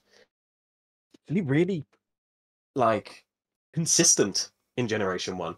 You get a Moongus, and it's like, oh, that's just really bad. So, definitely join the Discord, because first of all, it's a lot of fun, and then you get to try some cool Pokemon in a weird, wacky tier. Mm-hmm. Now, we might talk about Among Us in a So little that's bit once we get to season 2. But I think now, I think Cyber's yes. probably waited long enough. Cyber, what was your favorite thing about season 1, and what's something that you didn't like? Oh, yeah. Oh, my favorite thing was obviously my rivalry with Zasterly. Yes. I know That was Zach very and good. Theus was like, he was talking to me about it at first when we were still in limbo waiting for you to show up. And I just went on and on about how much fun it was, my comeback. Because you will know, because like, okay, well, I want to face Zasterly because they're probably, they're ones I want to face the most. I faced them in the first round, and I lost. And I was like, well, do I even want to play in this tournament anymore? Then I faced Master Gemstone. I got a win. And I was like, okay, you know what? We might as well just commit to this. And then I just kept winning. And then Zasterly came to the losers bracket. And then I was like, well, now I have to play to beat Zasterly. Got to Zasterly. I beat her. And now I was like, well, I already made it so far. Might as well commit to it. Then I faced Creeper. And I remember Zach and Theus emailed me out of the blue and was like, hey, do you want to do our matches right now while we keep it low key as a surprise? And then I beat Zach and Theus. And then I was like, oh, I'm in the finals now. So I think, yeah, my favorite moment was the comeback I had, the rivalry with Zasterly, the massive comeback I had in the tournament. That was definitely a highlight for me.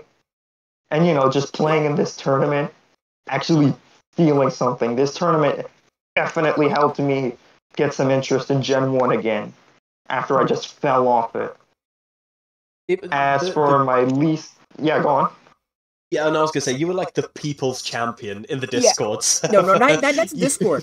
I still remember the YouTube comments. People were so excited that you, not anyone else, that you were making it to the losers finals. I remember people being so excited for just being proud of just how far you went, and even people being like, okay, not gonna right ground. I know it's your channel, but I'm really rooting for Cyber to win. It was actually really I think cool I read to a see. comment like that. That was awesome. It was so good. We're all humble around here. Mm-hmm.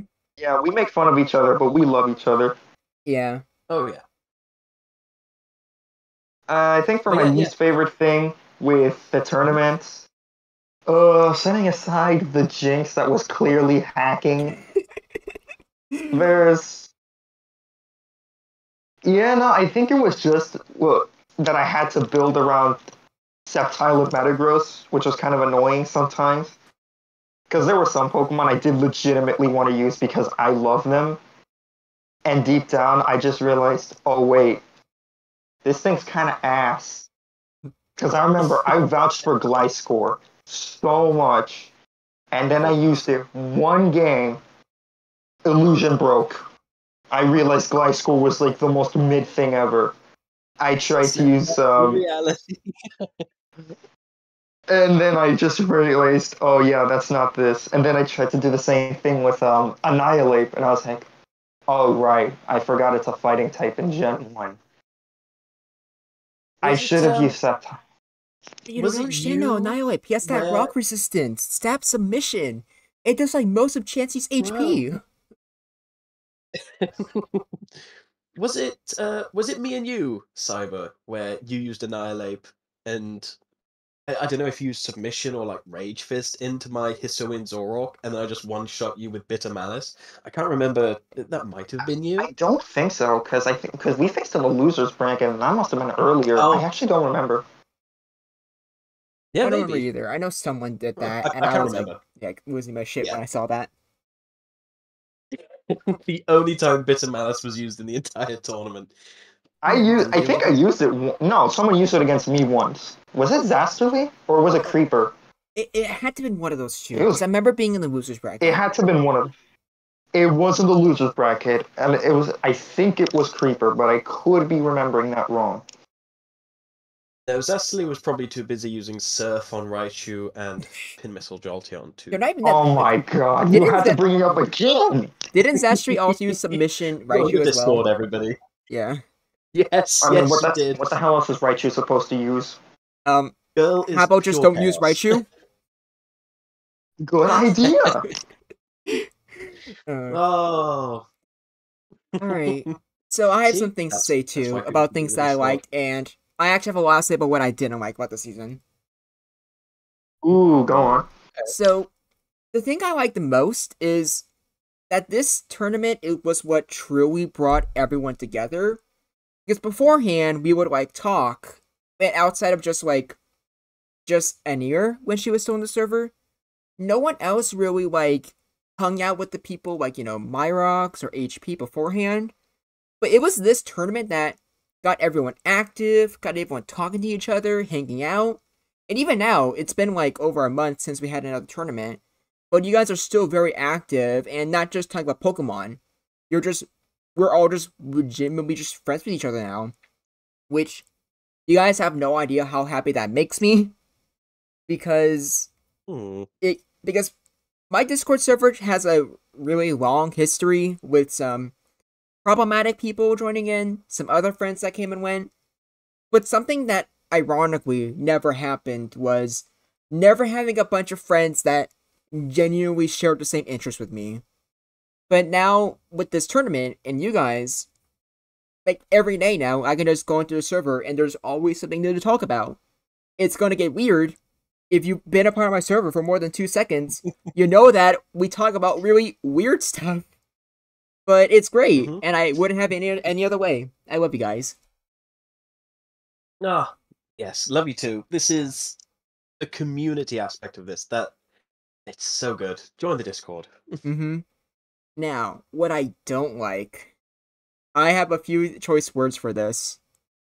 But I think my main issue just comes to there are too many Pokemon, especially too many normal types. Because, like we talked about earlier, there's a lot of good normal types like Snorlax and Porygon Z, but with just how many there actually were, even though they were great, you just didn't really want to use them because everything else was better. And I felt like that really wasn't very. I just didn't have fun with that. There are many mons that I really wanted to use that I just felt like I just shouldn't because like something else was just very similar but just a little bit better. And a lot of things I feel like got really unexplored because of just how much options there really were. Like stuff like Annihilate and Gliscor probably would have just been bad no matter what. But like Hydreigon, Terrakion, those were generally good, but there was just so much new stuff to actually use that most people just brush it off to the side. Some seasons might have more stuff. Like we're going to talk about season 2 in a little bit, but that's mostly going to be like Pokemon in groups of 4, just divided. So you'll have like 4 bug types, 4 poison types. But I feel like that's gonna be a little bit better, and not like what it is here, where you have so many individual Pokemon, and all of them do really cool stuff, but most of those Pokemon you just don't get to use because it's just not optimal. Like Smeargle has like a very, very interesting niche because it has recovery, it has normal stab, it has like sweep, paralysis, like stat boosting moves, but because everything else is just so much more powerful, you just don't really get a chance to use it. And I feel like for other seasons, it'll be like I just said with season 2, where you're gonna have a lot, but they're all gonna be more. They're gonna be more themed and more in brand, so you got more reason to actually use different ones. Or it'll be like season 3, where it's just like 6 Pokemon exactly, where it's smaller, but it's gonna give everything a chance to really shine and give them a chance to do something. And I just feel like you just didn't get to do that here with season 1, which is so many Pokemon, and with them being so different from each other. Okay, yeah, I can see that because like even when you say it and you look at this tier list, it's just like it's a bunch of normal type Pokemon that do different things, and it kind of I think that's why Terrakion excelled in the niche that it had was because there were so many normal types. But then they would just start stepping on each other's toes. But generally speaking, you will find that in formats where you get this amount of Pokemon or more, where there will just be clear better options than others. Mm-hmm. Like, there was no point using Skarmory as a steel resist when Metagross was the best thing in the tier. You know, but no, I can see that. And as things go on and seasons can be curated a bit more, now that we've kind of got an idea of what to do, I think things can flow a little easier and there won't be as many. Like, there'll be meme Pokemon. Like, I can see at some point Shedinja's gonna be in one of these just for somebody to. Zastali's gonna, like, leech life something and win. Oh, the Because she's 10-year chaos tournament's gonna go If that happens, crazy. I'm genuinely leaving the server. You don't understand. Like we're gonna have a tournament that's gonna be Gen 1 10U. It's gonna have Wishy-Washy, Sunkern, Shedinja, I don't know, like freaking Unknown. It's gonna be great. There's gonna be 6 people in the tournament. Yeah. 6 people, and they're all using Unknown with Hidden Power Fire. Tournament that's gonna have negative views. No, like Yeah, it's Grandback, you're gonna have to go. yeah, You're gonna have to Generation watch every Jumble. one of your subscribers' videos. Yeah, it's very fitting that each of my 10U videos will get 10 views. Yes, it's perfect. Written in the stars.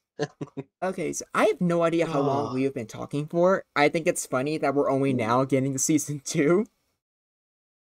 Well, we Like 2 predicted an hours. hour and a half. Yeah, we predicted an hour and a half, and it's been 2 hours. I think 2 hours on the dot. I personally don't mind we're because not I'm having a far lot of off. fun with this. And my second favorite thing, along with just, getting closer to you guys as a community, is also just, well, honestly, the day of the final day of the tournament, when I was just talking to you guys about the tiering, about the Pokemon, as is what we're doing right now. This is easily my second favorite thing. I think it is just a lot of fun talking to you guys about this format, and it makes it feel more professional than it actually is. Yeah, having does. this sort of council going on, it does. It feels a bit more official. Yeah, like we say big words, and it makes people And think we're smart. yes, people Yeah. will watch this video and go, "Wow, these guys are on YouTube. I'll listen to what they have to say." And that's it. That's all we need. Yeah, like they're like, Let me wow. test a theory real quick. Yeah. I have come to the conclusion that Surf Raichu is indeed unviable in the current overused metagame in the Gen 1 Generation Jumble. Thank you. Okay, like this is gonna be our That first is council meeting. Okay, we need to decide right now: is Surf on Raichu viable in Gen 1 OU? No. Everyone gets one vote. Okay. So Cyber, you say no. Brownback, what would you say? I'm the one that owns the channel. I need to see what you vote, because if you vote like yes, I need to be the tiebreaker to make it more interesting. I think it has a niche as an electric type to threaten Rhydon. Yes, it is viable. I'm gonna say that maybe if we do a season with Spikes or Stealth Rock, Surf Raichu will be kind of nasty on Rhydon exactly. But since it's not, I'm gonna say that Surf Raichu is not viable. So there we go. The council has decided Raichu's fate, and he is not allowed here. Banished to 10U. Enjoy NUBL. UBL at best. NUBL. And I think that's it. Zastali now has to be kicked from the Discord server, and that's it. We never have to hear about Pin Missile Jolteon ever again. Yep. But speaking of Pin Missile, that's it. We're going to use that as a transition into Generation Jumble Season 2. Pin Missile sucks. You're welcome. Yeah. But that doesn't... you helped me transition to Season 2, but at what cost? You reminded me that Pin Missile existed. What? I just realized something. If we had to add like moves for the bad types, like I alluded to, like 2 hours ago to Zach and Theus. I just realized that the bug type is screwed in no matter what direction, because we either give them X Scissor and break our Moldo, or we don't, and the rest of them are just screwed over because our Moldo is just that cracked in Gen 1. Okay, let's start off by listing off the Pokemon that like are definitely going to be there. I've already finished with the bug types, so we have Galvantula, Yon Megamid, Vespiquen, and Armaldo.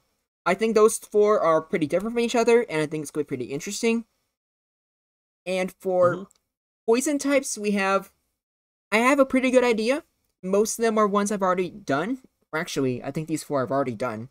We have Sneasler, who will also be representing for the fighting types.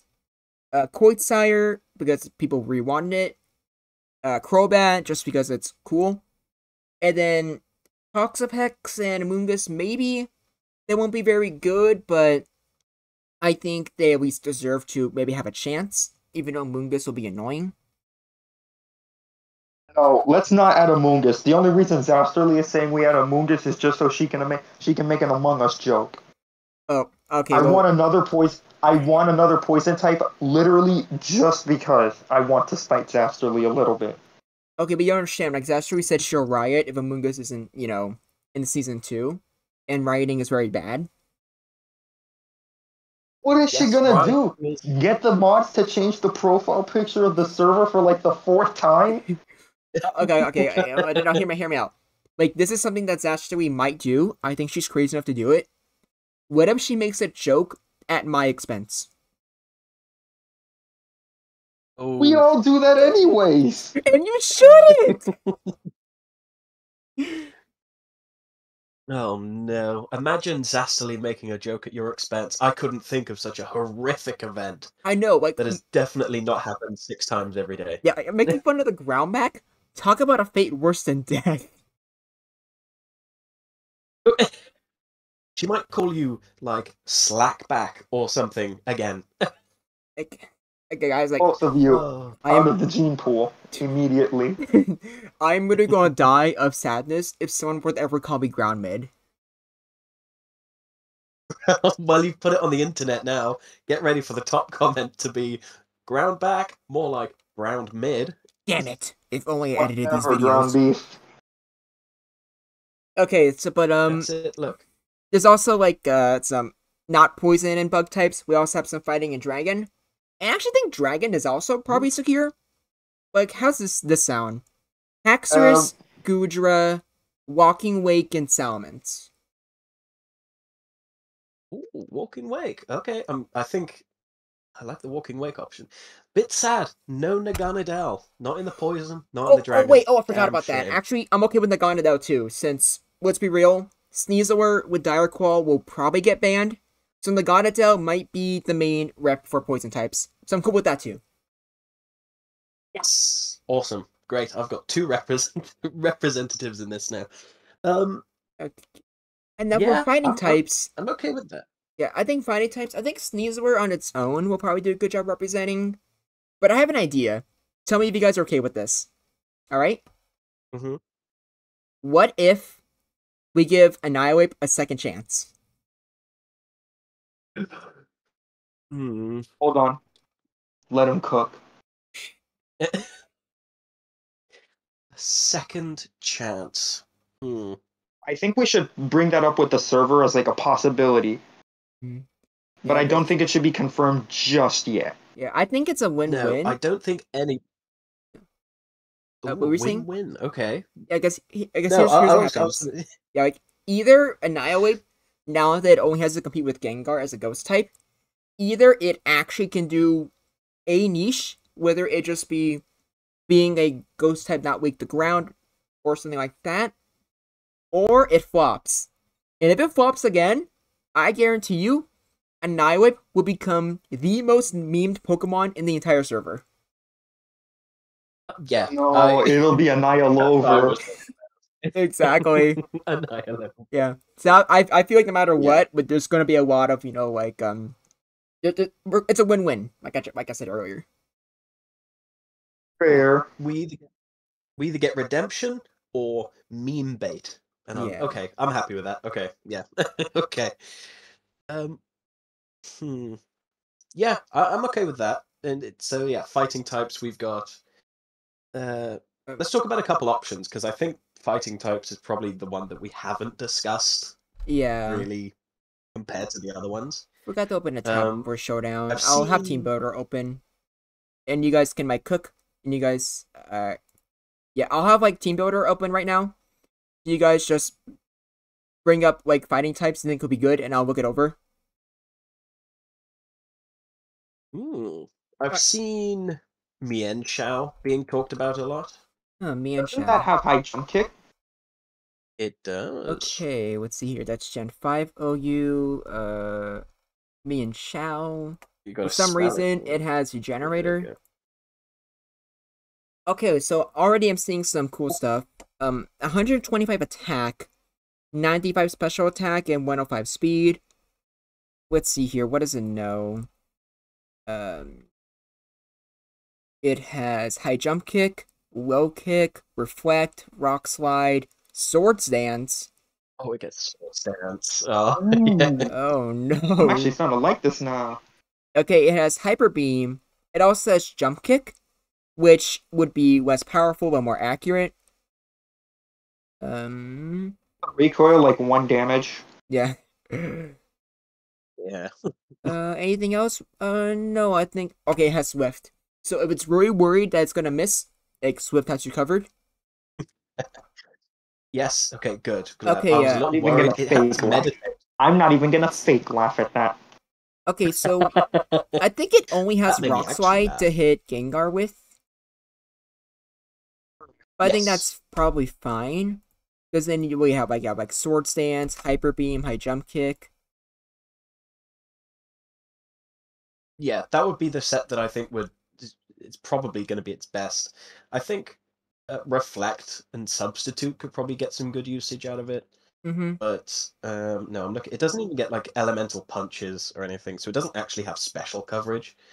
That's a wasted stat, and it's 65, 60, 60. So it's not going to be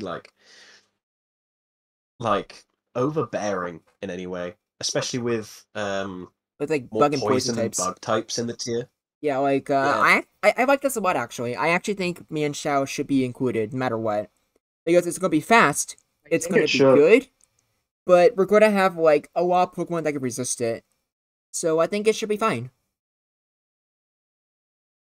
Okay, good. Hey, there we are. See? We got a nice little quick pick. And I know you also have talked about Iron Hands, right? Yes. Iron Hands was a very brief, quick thought of mine. Because it's essentially just this purely physical. It's dog ass on the special side. But again, it's to follow on from the meme. Best sword stance user in Gen 1 OU.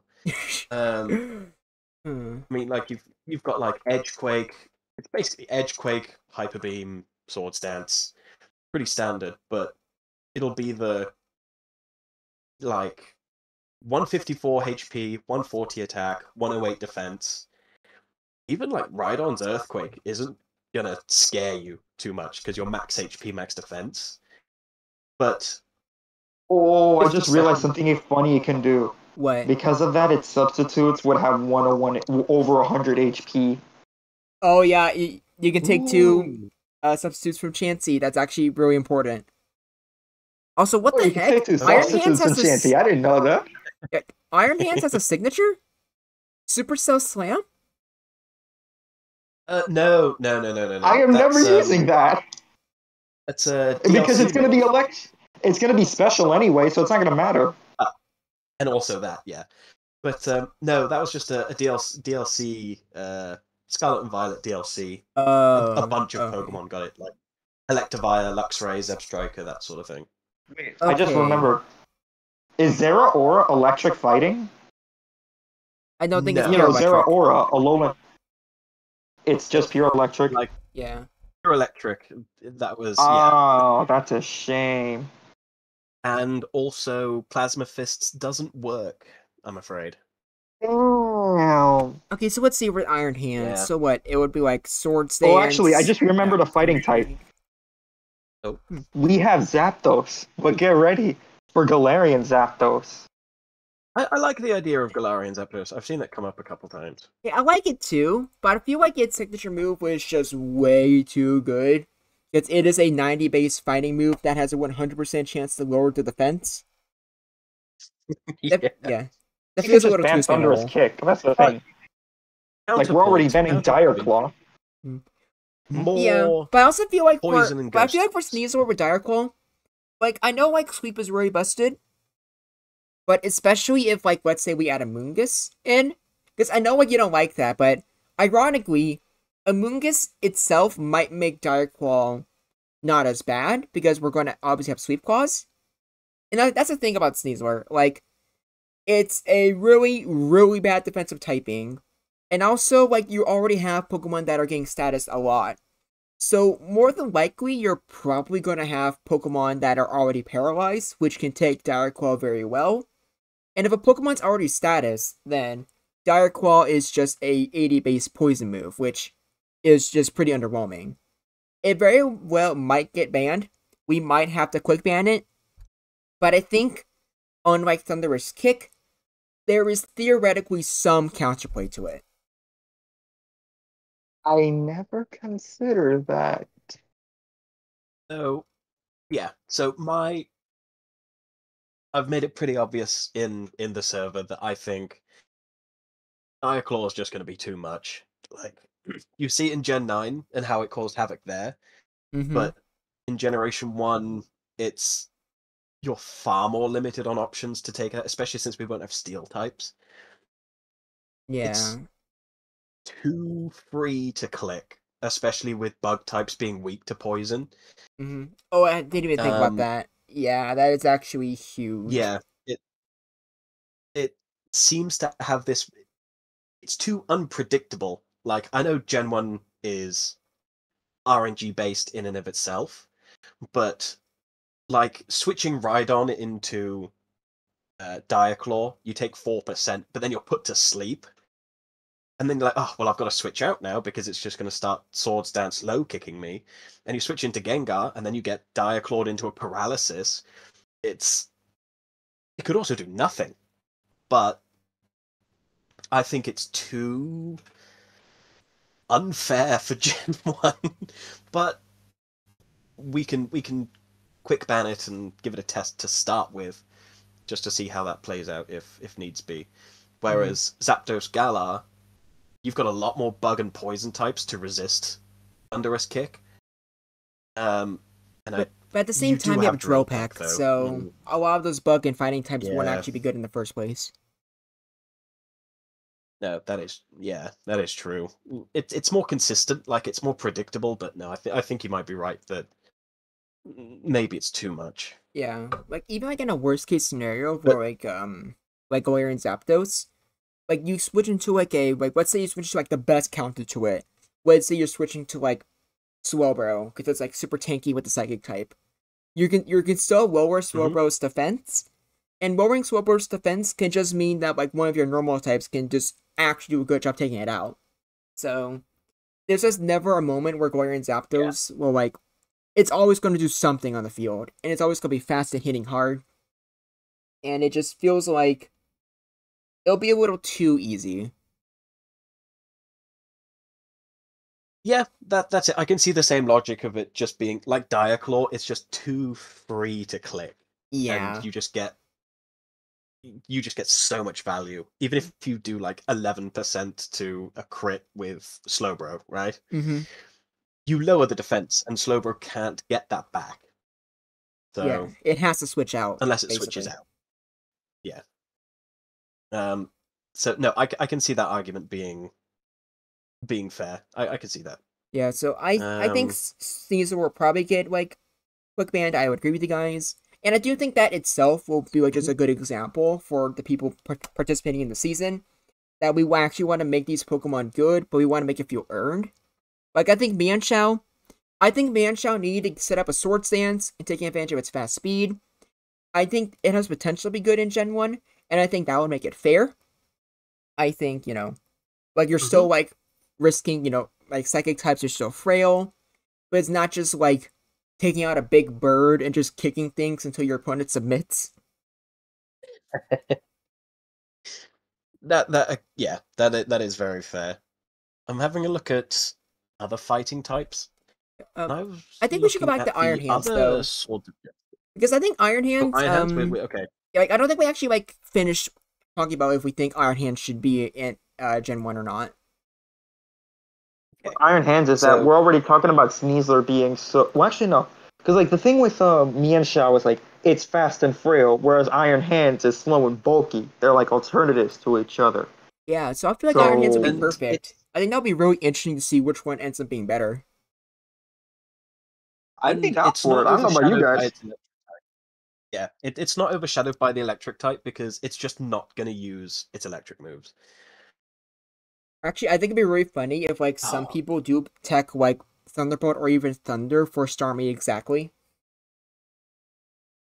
I'm gonna do, like, 30%. Being generous, it's probably gonna be, like, a 4-hit KO.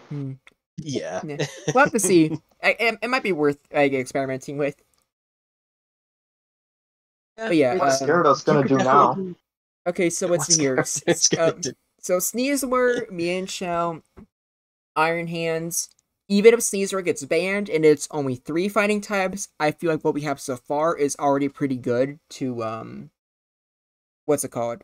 Were the choices Yeah, good Sneasler, choices. Mian Shao, Iron Hands?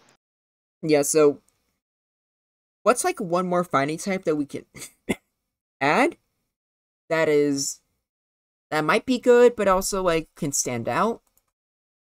I'm gonna go to Gen 5 OU in the team builder. I'm gonna look at what fighting types we have.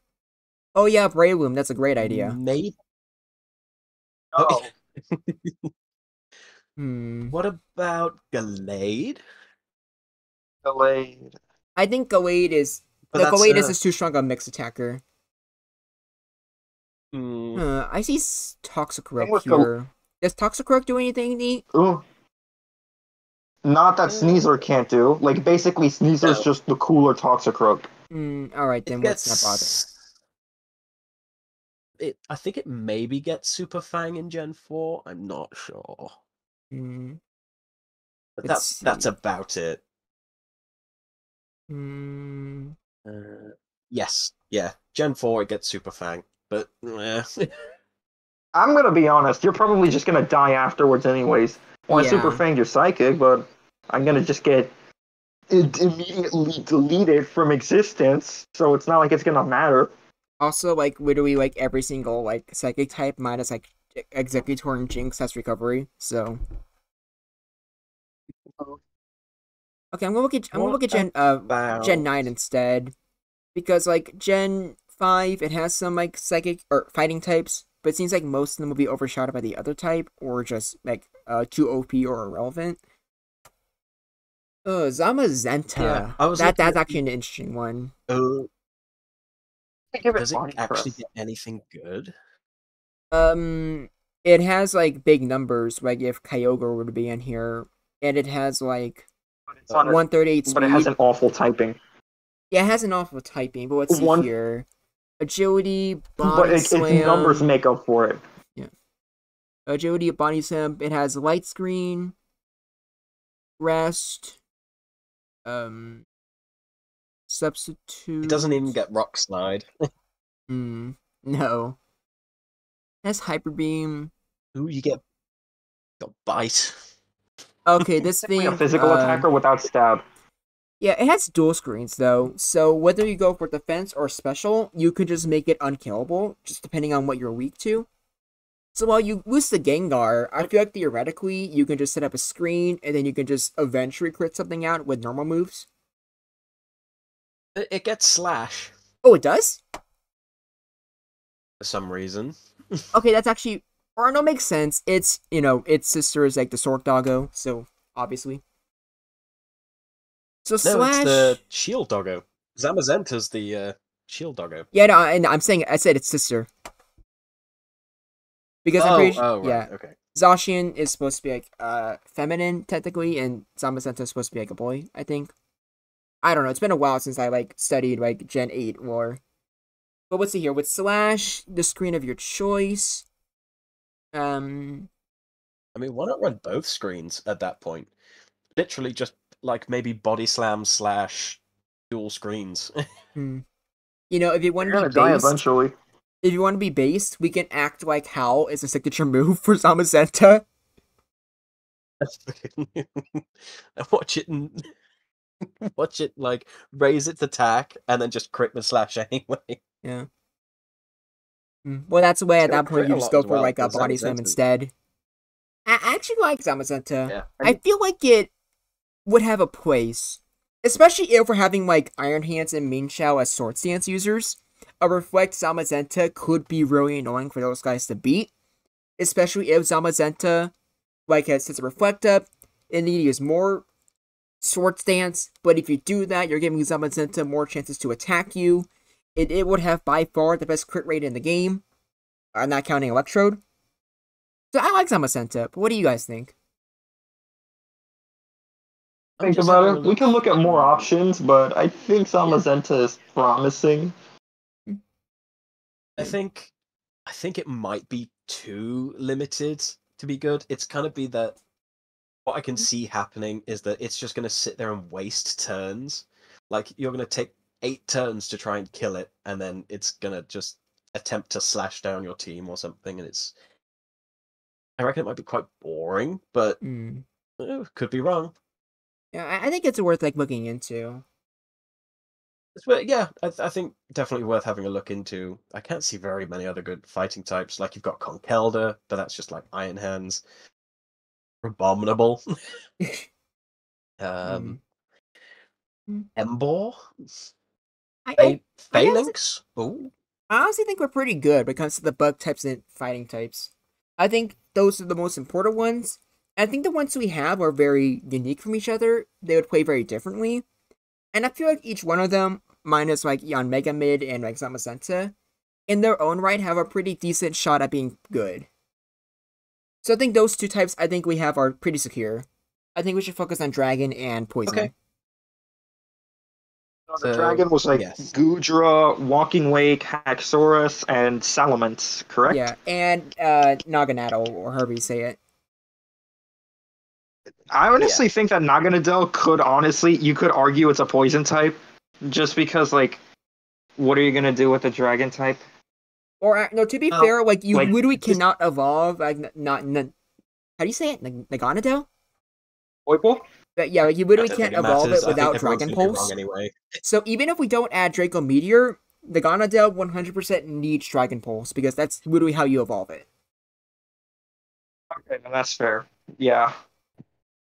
So Yeah. okay, But- yeah, because we're not 100% confirmed on the dragons getting Draco Meteor thing yet, right? Or I actually, honestly think they shouldn't.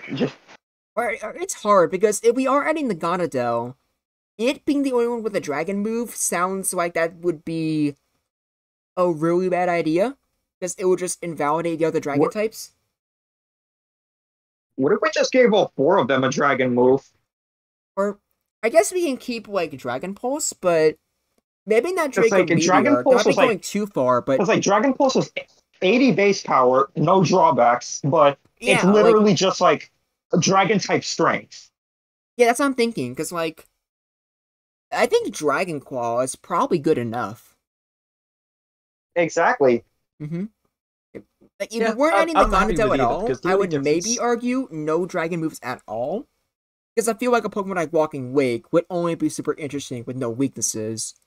But I think it still might have some like niches, even if like, you know, it has a weakness to dragon. Because even with dragon moves, I'm not sure how much they'll be used, other than like Haxorus and Sword Stance. What was Walking Wake I mean- stats? Because I'm pretty sure Hydro Steam is like 100 base power, so it's literally just like Surf with 5 extra VP. I'm pretty sure Hydro Steam No, it's is... the opposite. So it's weaker than Surf. Okay, I'm looking at... Yeah. Wow, It's- what the fuck are these stats? Walking Wake stats are 99 HP, 83 attack, 91 defense, 125 special attack, 83 special defense, and 109 speed. Literally one below the protagonist. Zenu at Yeah. best. These are all just odd numbers, but like outside of just 125, which makes sense because it's in 5, you're adding things in 9s, 3s, and 1? Gen And- 9 is the gen with the odd number. Yeah, these things are basically built to be min-maxed around their like photosynthesis abilities. So they're gonna get weird. Yeah, like But it's still good stats for the time. But let's look here at its moveset. Body Slam, I guess we'll have Dragon Claw. Like we'll just assume it's using that. Flamethrower could be good for like the bug types. Hydro Steam, 80 base power, but during the sun it does more damage. But it is Gen 1, so no buff for you, sir. Yep. You just have a signature move It like is just a flavor move. it's literally just Sea King with Waterfall, where it has like no effect, just a worse surf.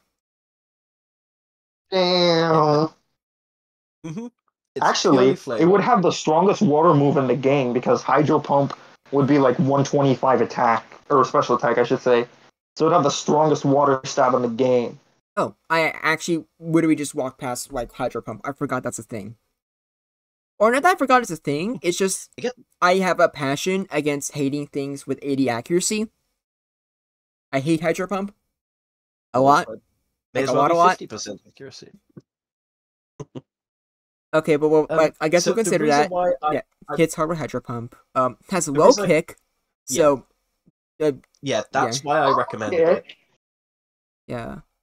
Low kick. And it has like, oh no, it has a Leer. That's gonna be spooky.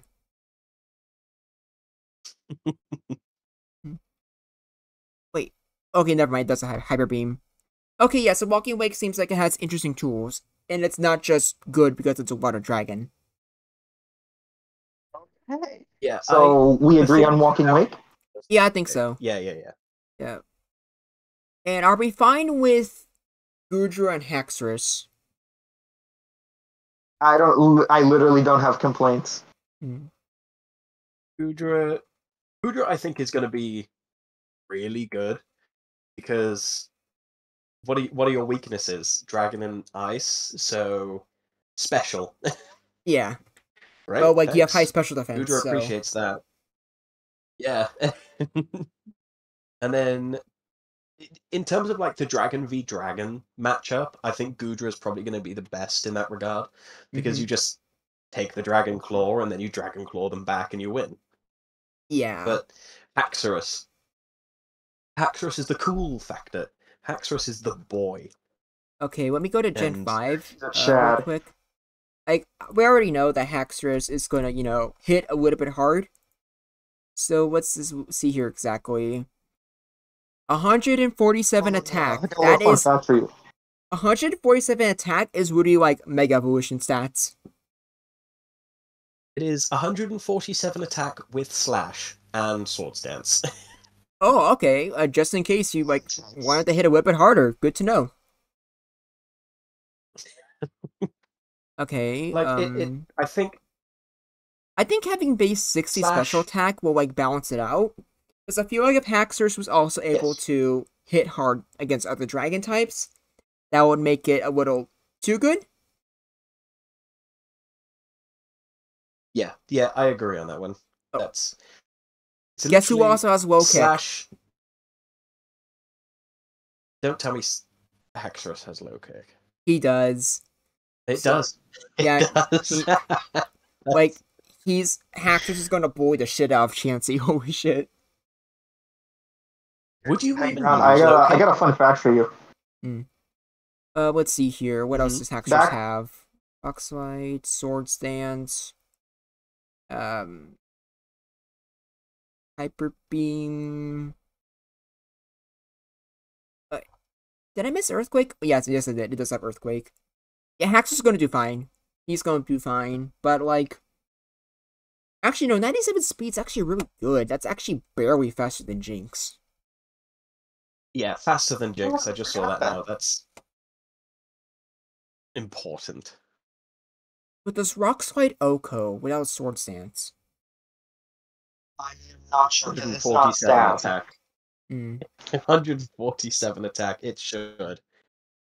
I don't know because it doesn't stab.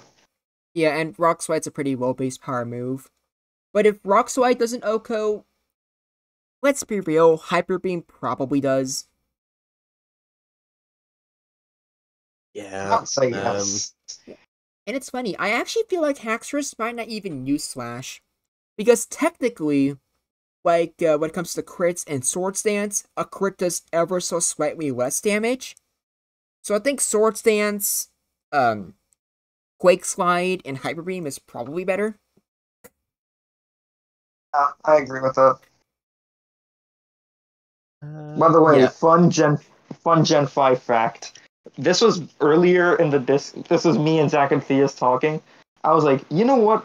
Let's just look at Kieran Black. It's probably not going to be legal, but we're just going to look at it whatever. 170 attack.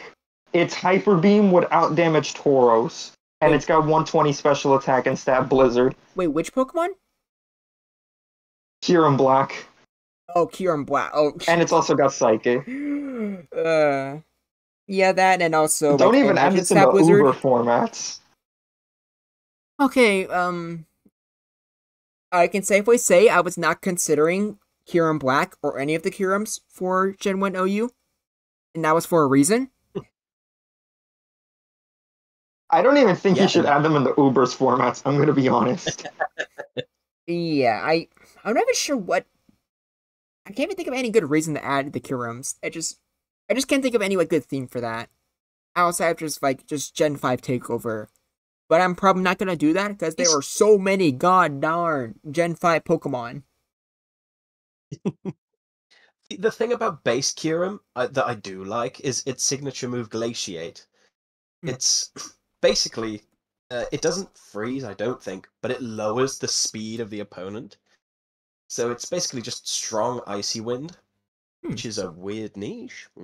Yeah, that'd be But interesting. no, I think it.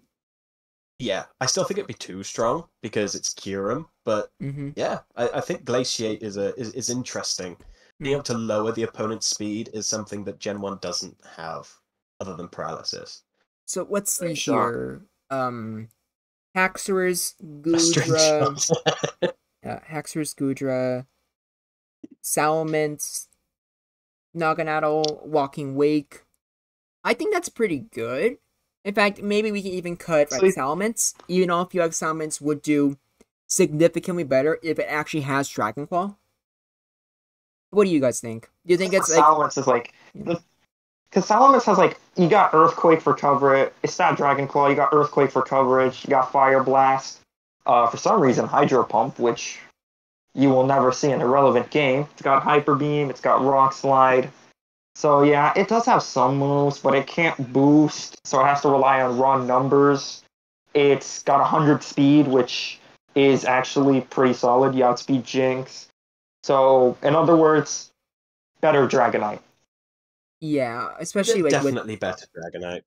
I would say like without Dragon Claw, I would rather use Dragonite just because, Dragonite actually has agility and wrap. I remember this from when I actually did my Salamence video. Without Stab, it suffered a lot. So, 5 dragons might be excessive, but I think it's fine. Especially since I would imagine most of them would work pretty differently from each other.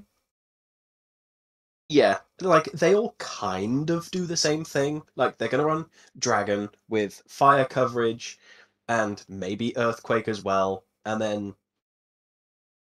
they all perform it so differently. Like the only two that are kind of similar are Naganadel and Walking Wake, but their types are so drastically different in Poison and Water that it doesn't matter. Mm-hmm. So, I think that just leaves Poison type then, right? That we just really need to, like, focus on and what we think would really help it. Because I think we also agree Dragon Claw, but no Draco Meteor. So for Poison types, what are we actually adding, and are we gonna give it any moves? I think we should give it Toxic Spikes just for the lulz. It's not gonna be good, No. but we can let people If try. anything, it's gonna be a nerf to them. Yeah, if anything, it's gonna be a nerf. Yeah, I think in terms of moves, like probably like Poison Jab. What's 80 base power? Yeah, it's not like particularly strong. Poison Jab is 80 base power, but you've got the added bonus of the 30% poison chance. So, I'm fine with that. which yeah, that's not like Scald. there are just some things I'm worried about. Two things I'm worried about is one, adding poison moves, but it unironically not even buffing the poison types we add. If we add something like Poison Jab, like, what do you think is going to be the main thing using it? Not Koitsai or Toxapex. It's going to be Sword Stance Tentacruel. Which, on one hand, does legitimately sound cool. But on the other hand, like... Actually, wait, now that I think about it. We can add stuff like Venusaur Crobat, would get like it. Koitsire and Toxapex. They probably won't be good, but... If we add, like, Poison Jab or Sludge Bomb, and give, like, the already, poison types that are already a thing, giving them a chance to hit hard with physical stab for once, that actually sounds kind of cool. And definitely gets a lot better thanks to Poison Jab, because like it has an actual stab now, which can hit Exeggutor super effectively. Wing attack doesn't exist. Yeah, like... And with that crit rate, fishing for it might not be that unreasonable. Like, you do like 35%, and then you get KO'd by Psychic, but hey, better Crobat than something good. Yeah, and like, Gengar also feel like you wouldn't use it a lot, but giving like Gengar a good stab poison jab with its crit rates also sounds pretty good. But here's where the other thing I'm worried about. I'm worried if Poison gets a good poison move, it'll make it really good, but I'm worried that might be like a really bad crippling blow to the bug types. Because I'm worried that Pokemon like Vespiquen and Armaldo won't be anywhere near as good if there's just a good poison move that you can just hit them with. What do you guys think? Well, Vespiquen is definitely going to get worse, but Armaldo is neutral to poison. Rock actually resists poison, so does? If anything, Armaldo is neutral to it. Okay. Yeah.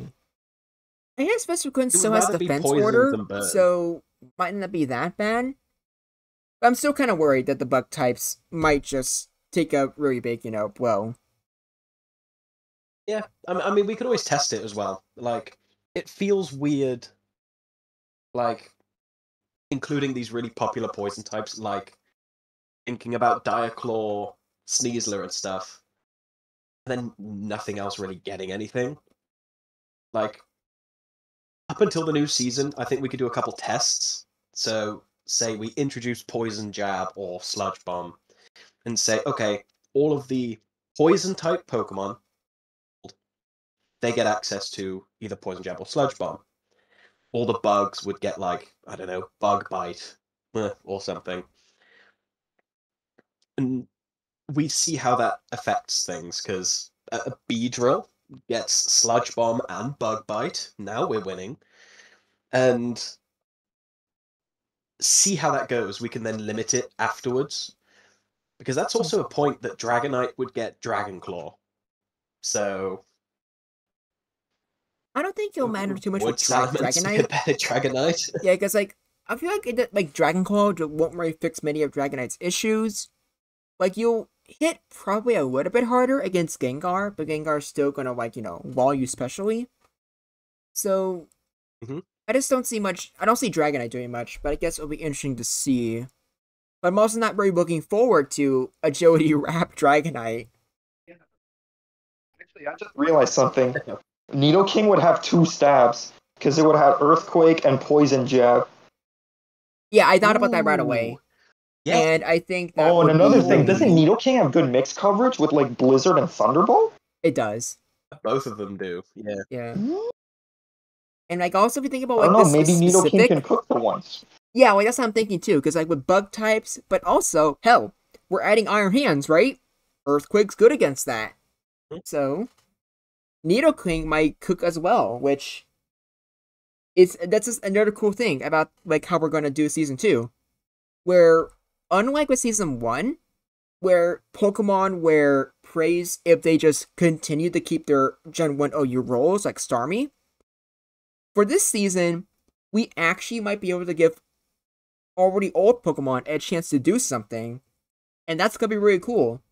And that's also why I think literally every other season we do is always going to be better than Season 1. I guess we'll have to see. Yeah. And I'm just looking at the Gen 1 poison types. You've also got Venomoth, Venusaur, Victory Bell, Vileplume, Muck, and Oh, Weezing. They're all going to... Venusaur! Poison Yeah, Jab, Sword Venusaur's... Stance, Venusaur. Cyber, I don't know why, Honestly. but like you saying that Super What actually made me jump.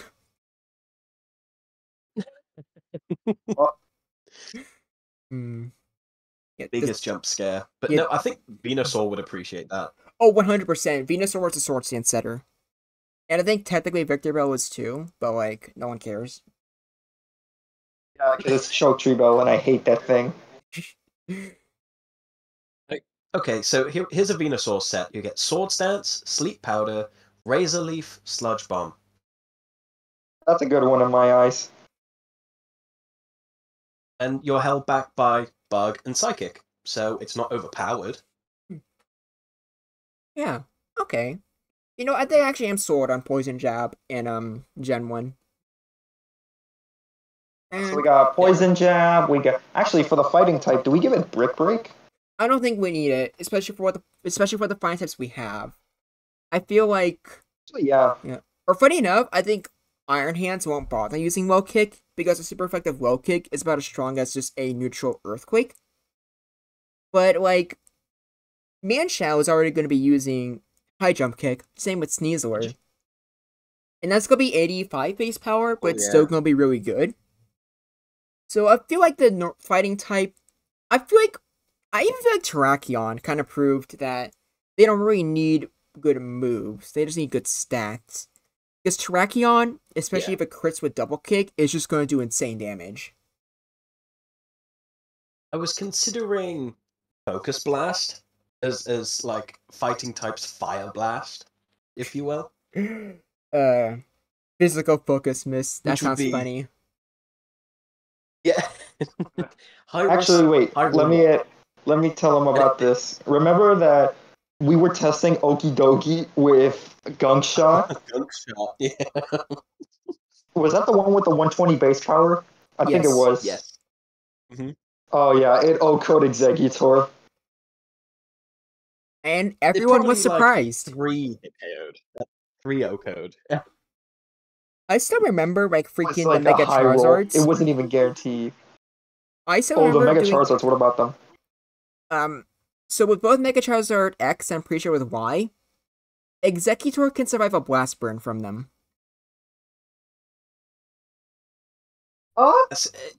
Exeggutor's just insane. My man is built different. Okay, so who would win? A Fire Dragon just unleashing a nuke onto you, or throwing a trash can at a plant, which would do more damage? Honestly, that trash can is built different. I'm going with that. Yeah, like it gets pretty hot when there's fire, but global warming is so much worse. Global warming. Actually, no, we've seen that global warming just turns Exeggutor into a Alolan Exeggutor. Is it really a bad thing? No, actually, if we're doing like a one day week, actually, Alolan Exeggutor would be funny as a dragon for 2 seconds until Snap Blizzard shows up. I wonder which Exeggutor I should use.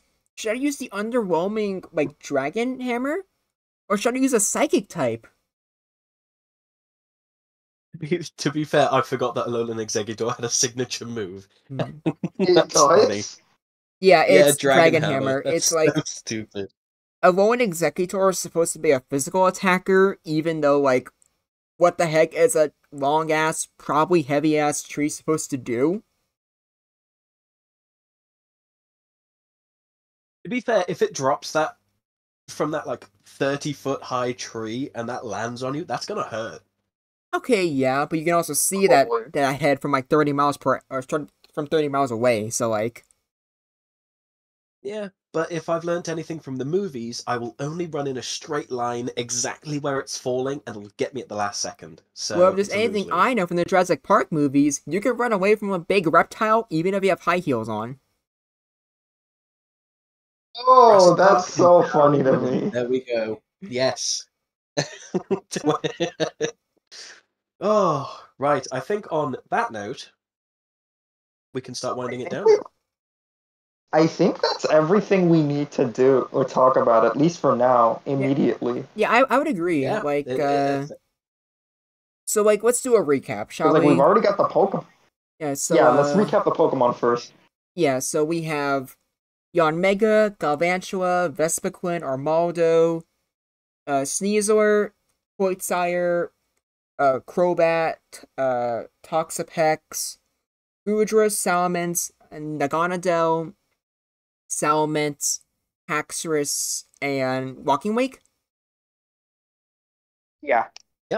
Yep. Okay, yeah, so that's all of them. And then for moves added, it's only going to be Dragon Claw, Toxic Spikes, technically, and Poison Jab. Yeah, we'll probably do some more like testing on balancing things out a little bit, but Oh, yeah. for now, yeah. Also, maybe Annihilape. If the server decides, maybe Annihilape. But let's be real, with freaking, like, Iron Hands and Manchow, I think Annihilape's redemption arc is highly unlikely. But It's not who knows? Annihilover. I'm gonna make it a C+ rank threat. Just you watch. I'm ready for the annihilation. There we are.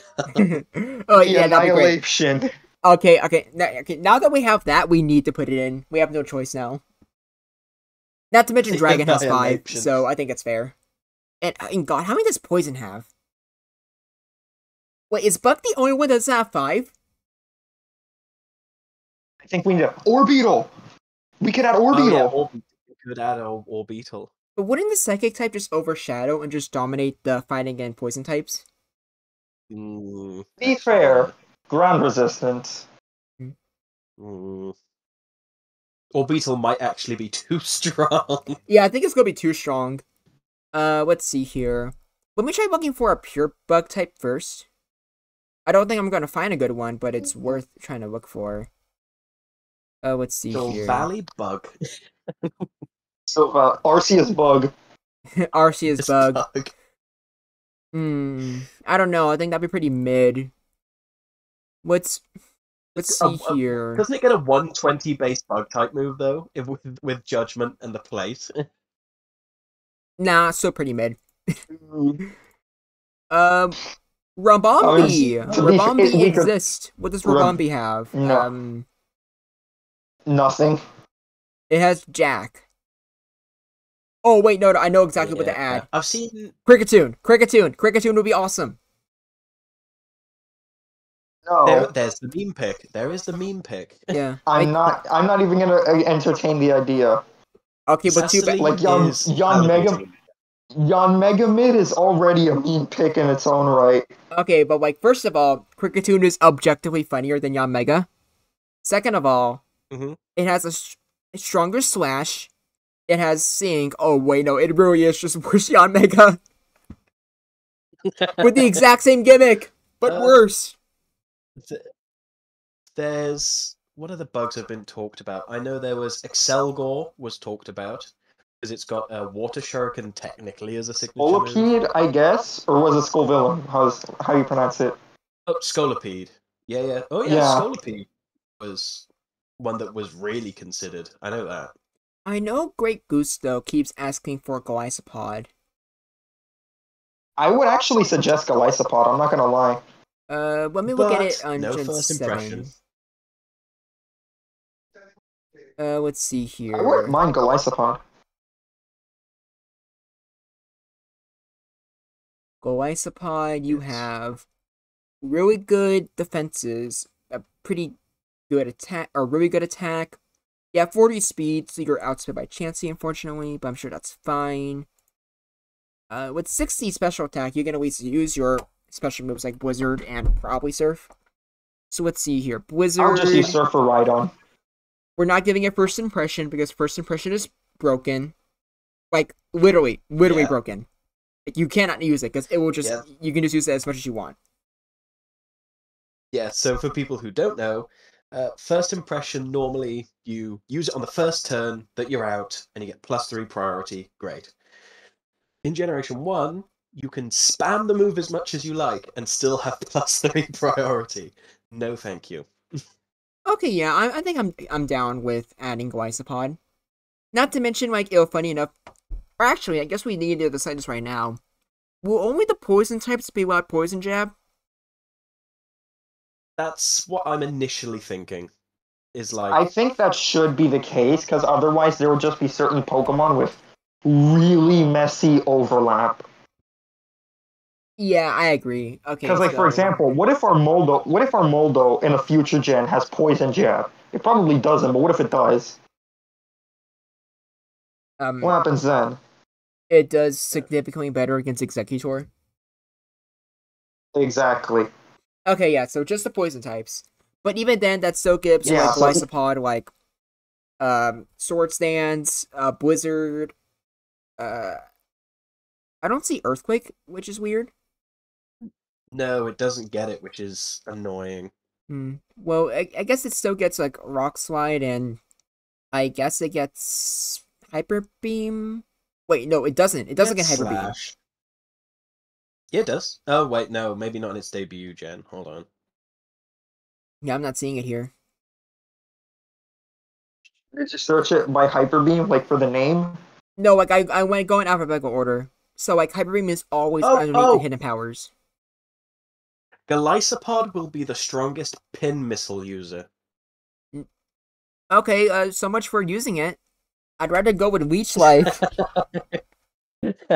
At least Leech Life is It's got accurate. Slash.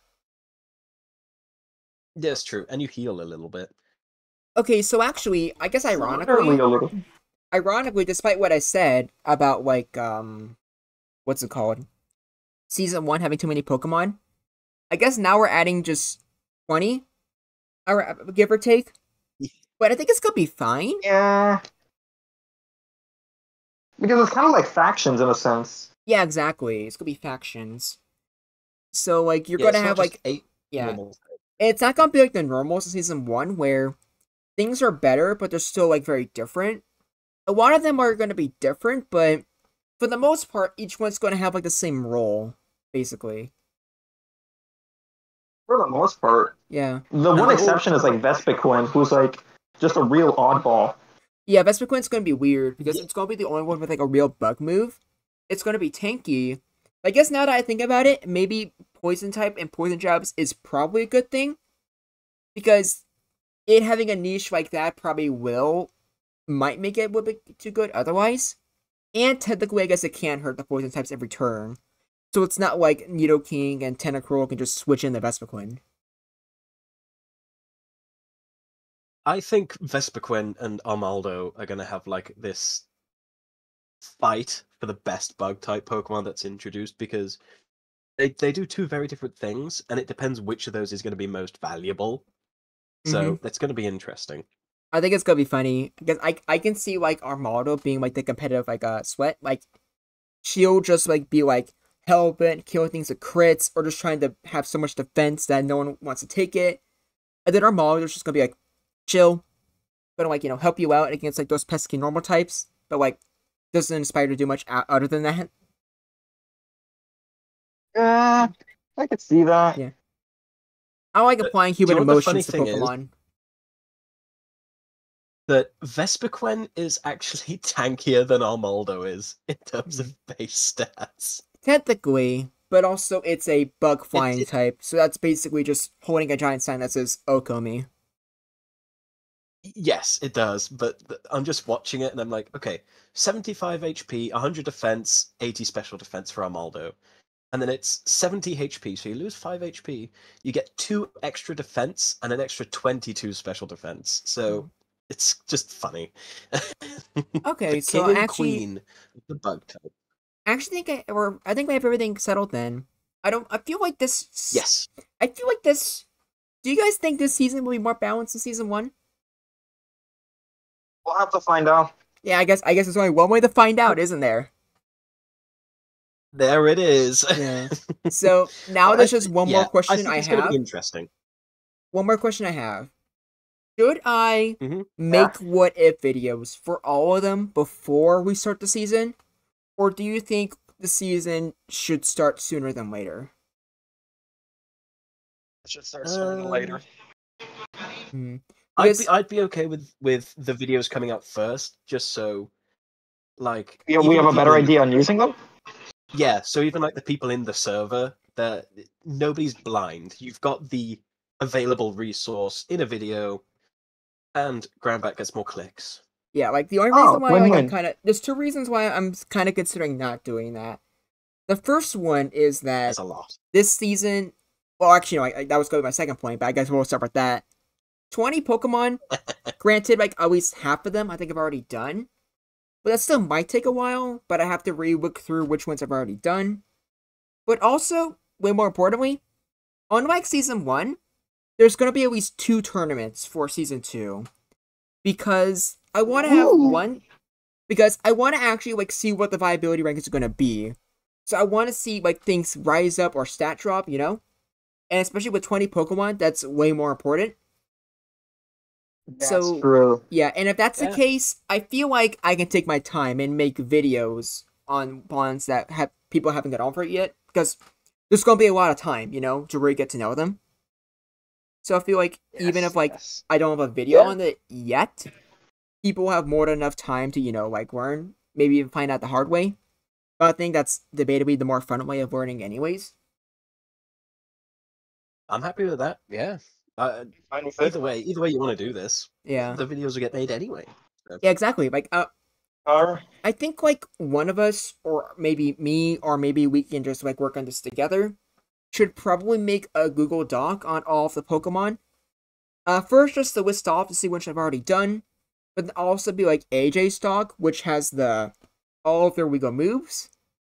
Which at first I'm like, okay, that'll be fine. It might be a little bit more annoying with how many there are, but it'll be fine either way. Like it's needed because of just, you know, how many there are.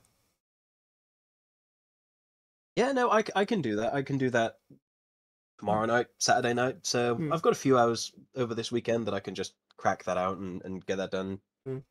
Like probably by after like I'm Monday. done recording, I think at least in this like group chat, we should like literally like type out the names of all the Pokemon so we don't forget.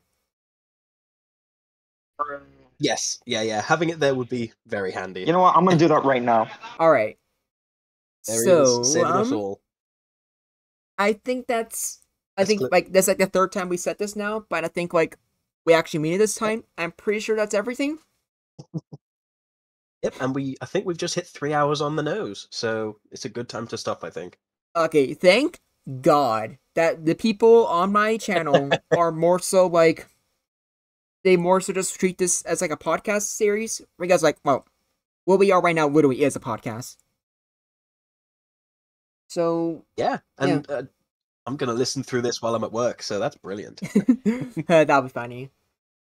And I, I honestly don't know how successful this video is gonna be, but I think that's fine. I probably won't bother uploading any other videos today, maybe not even tomorrow. It'll probably take you guys a while to watch this. But if you actually Yeah, manage to make it all the way to the end, I almost feel like you guys should like we should like leave like a special like comment so we know they made it this far. It's like what's I something funny think they can say?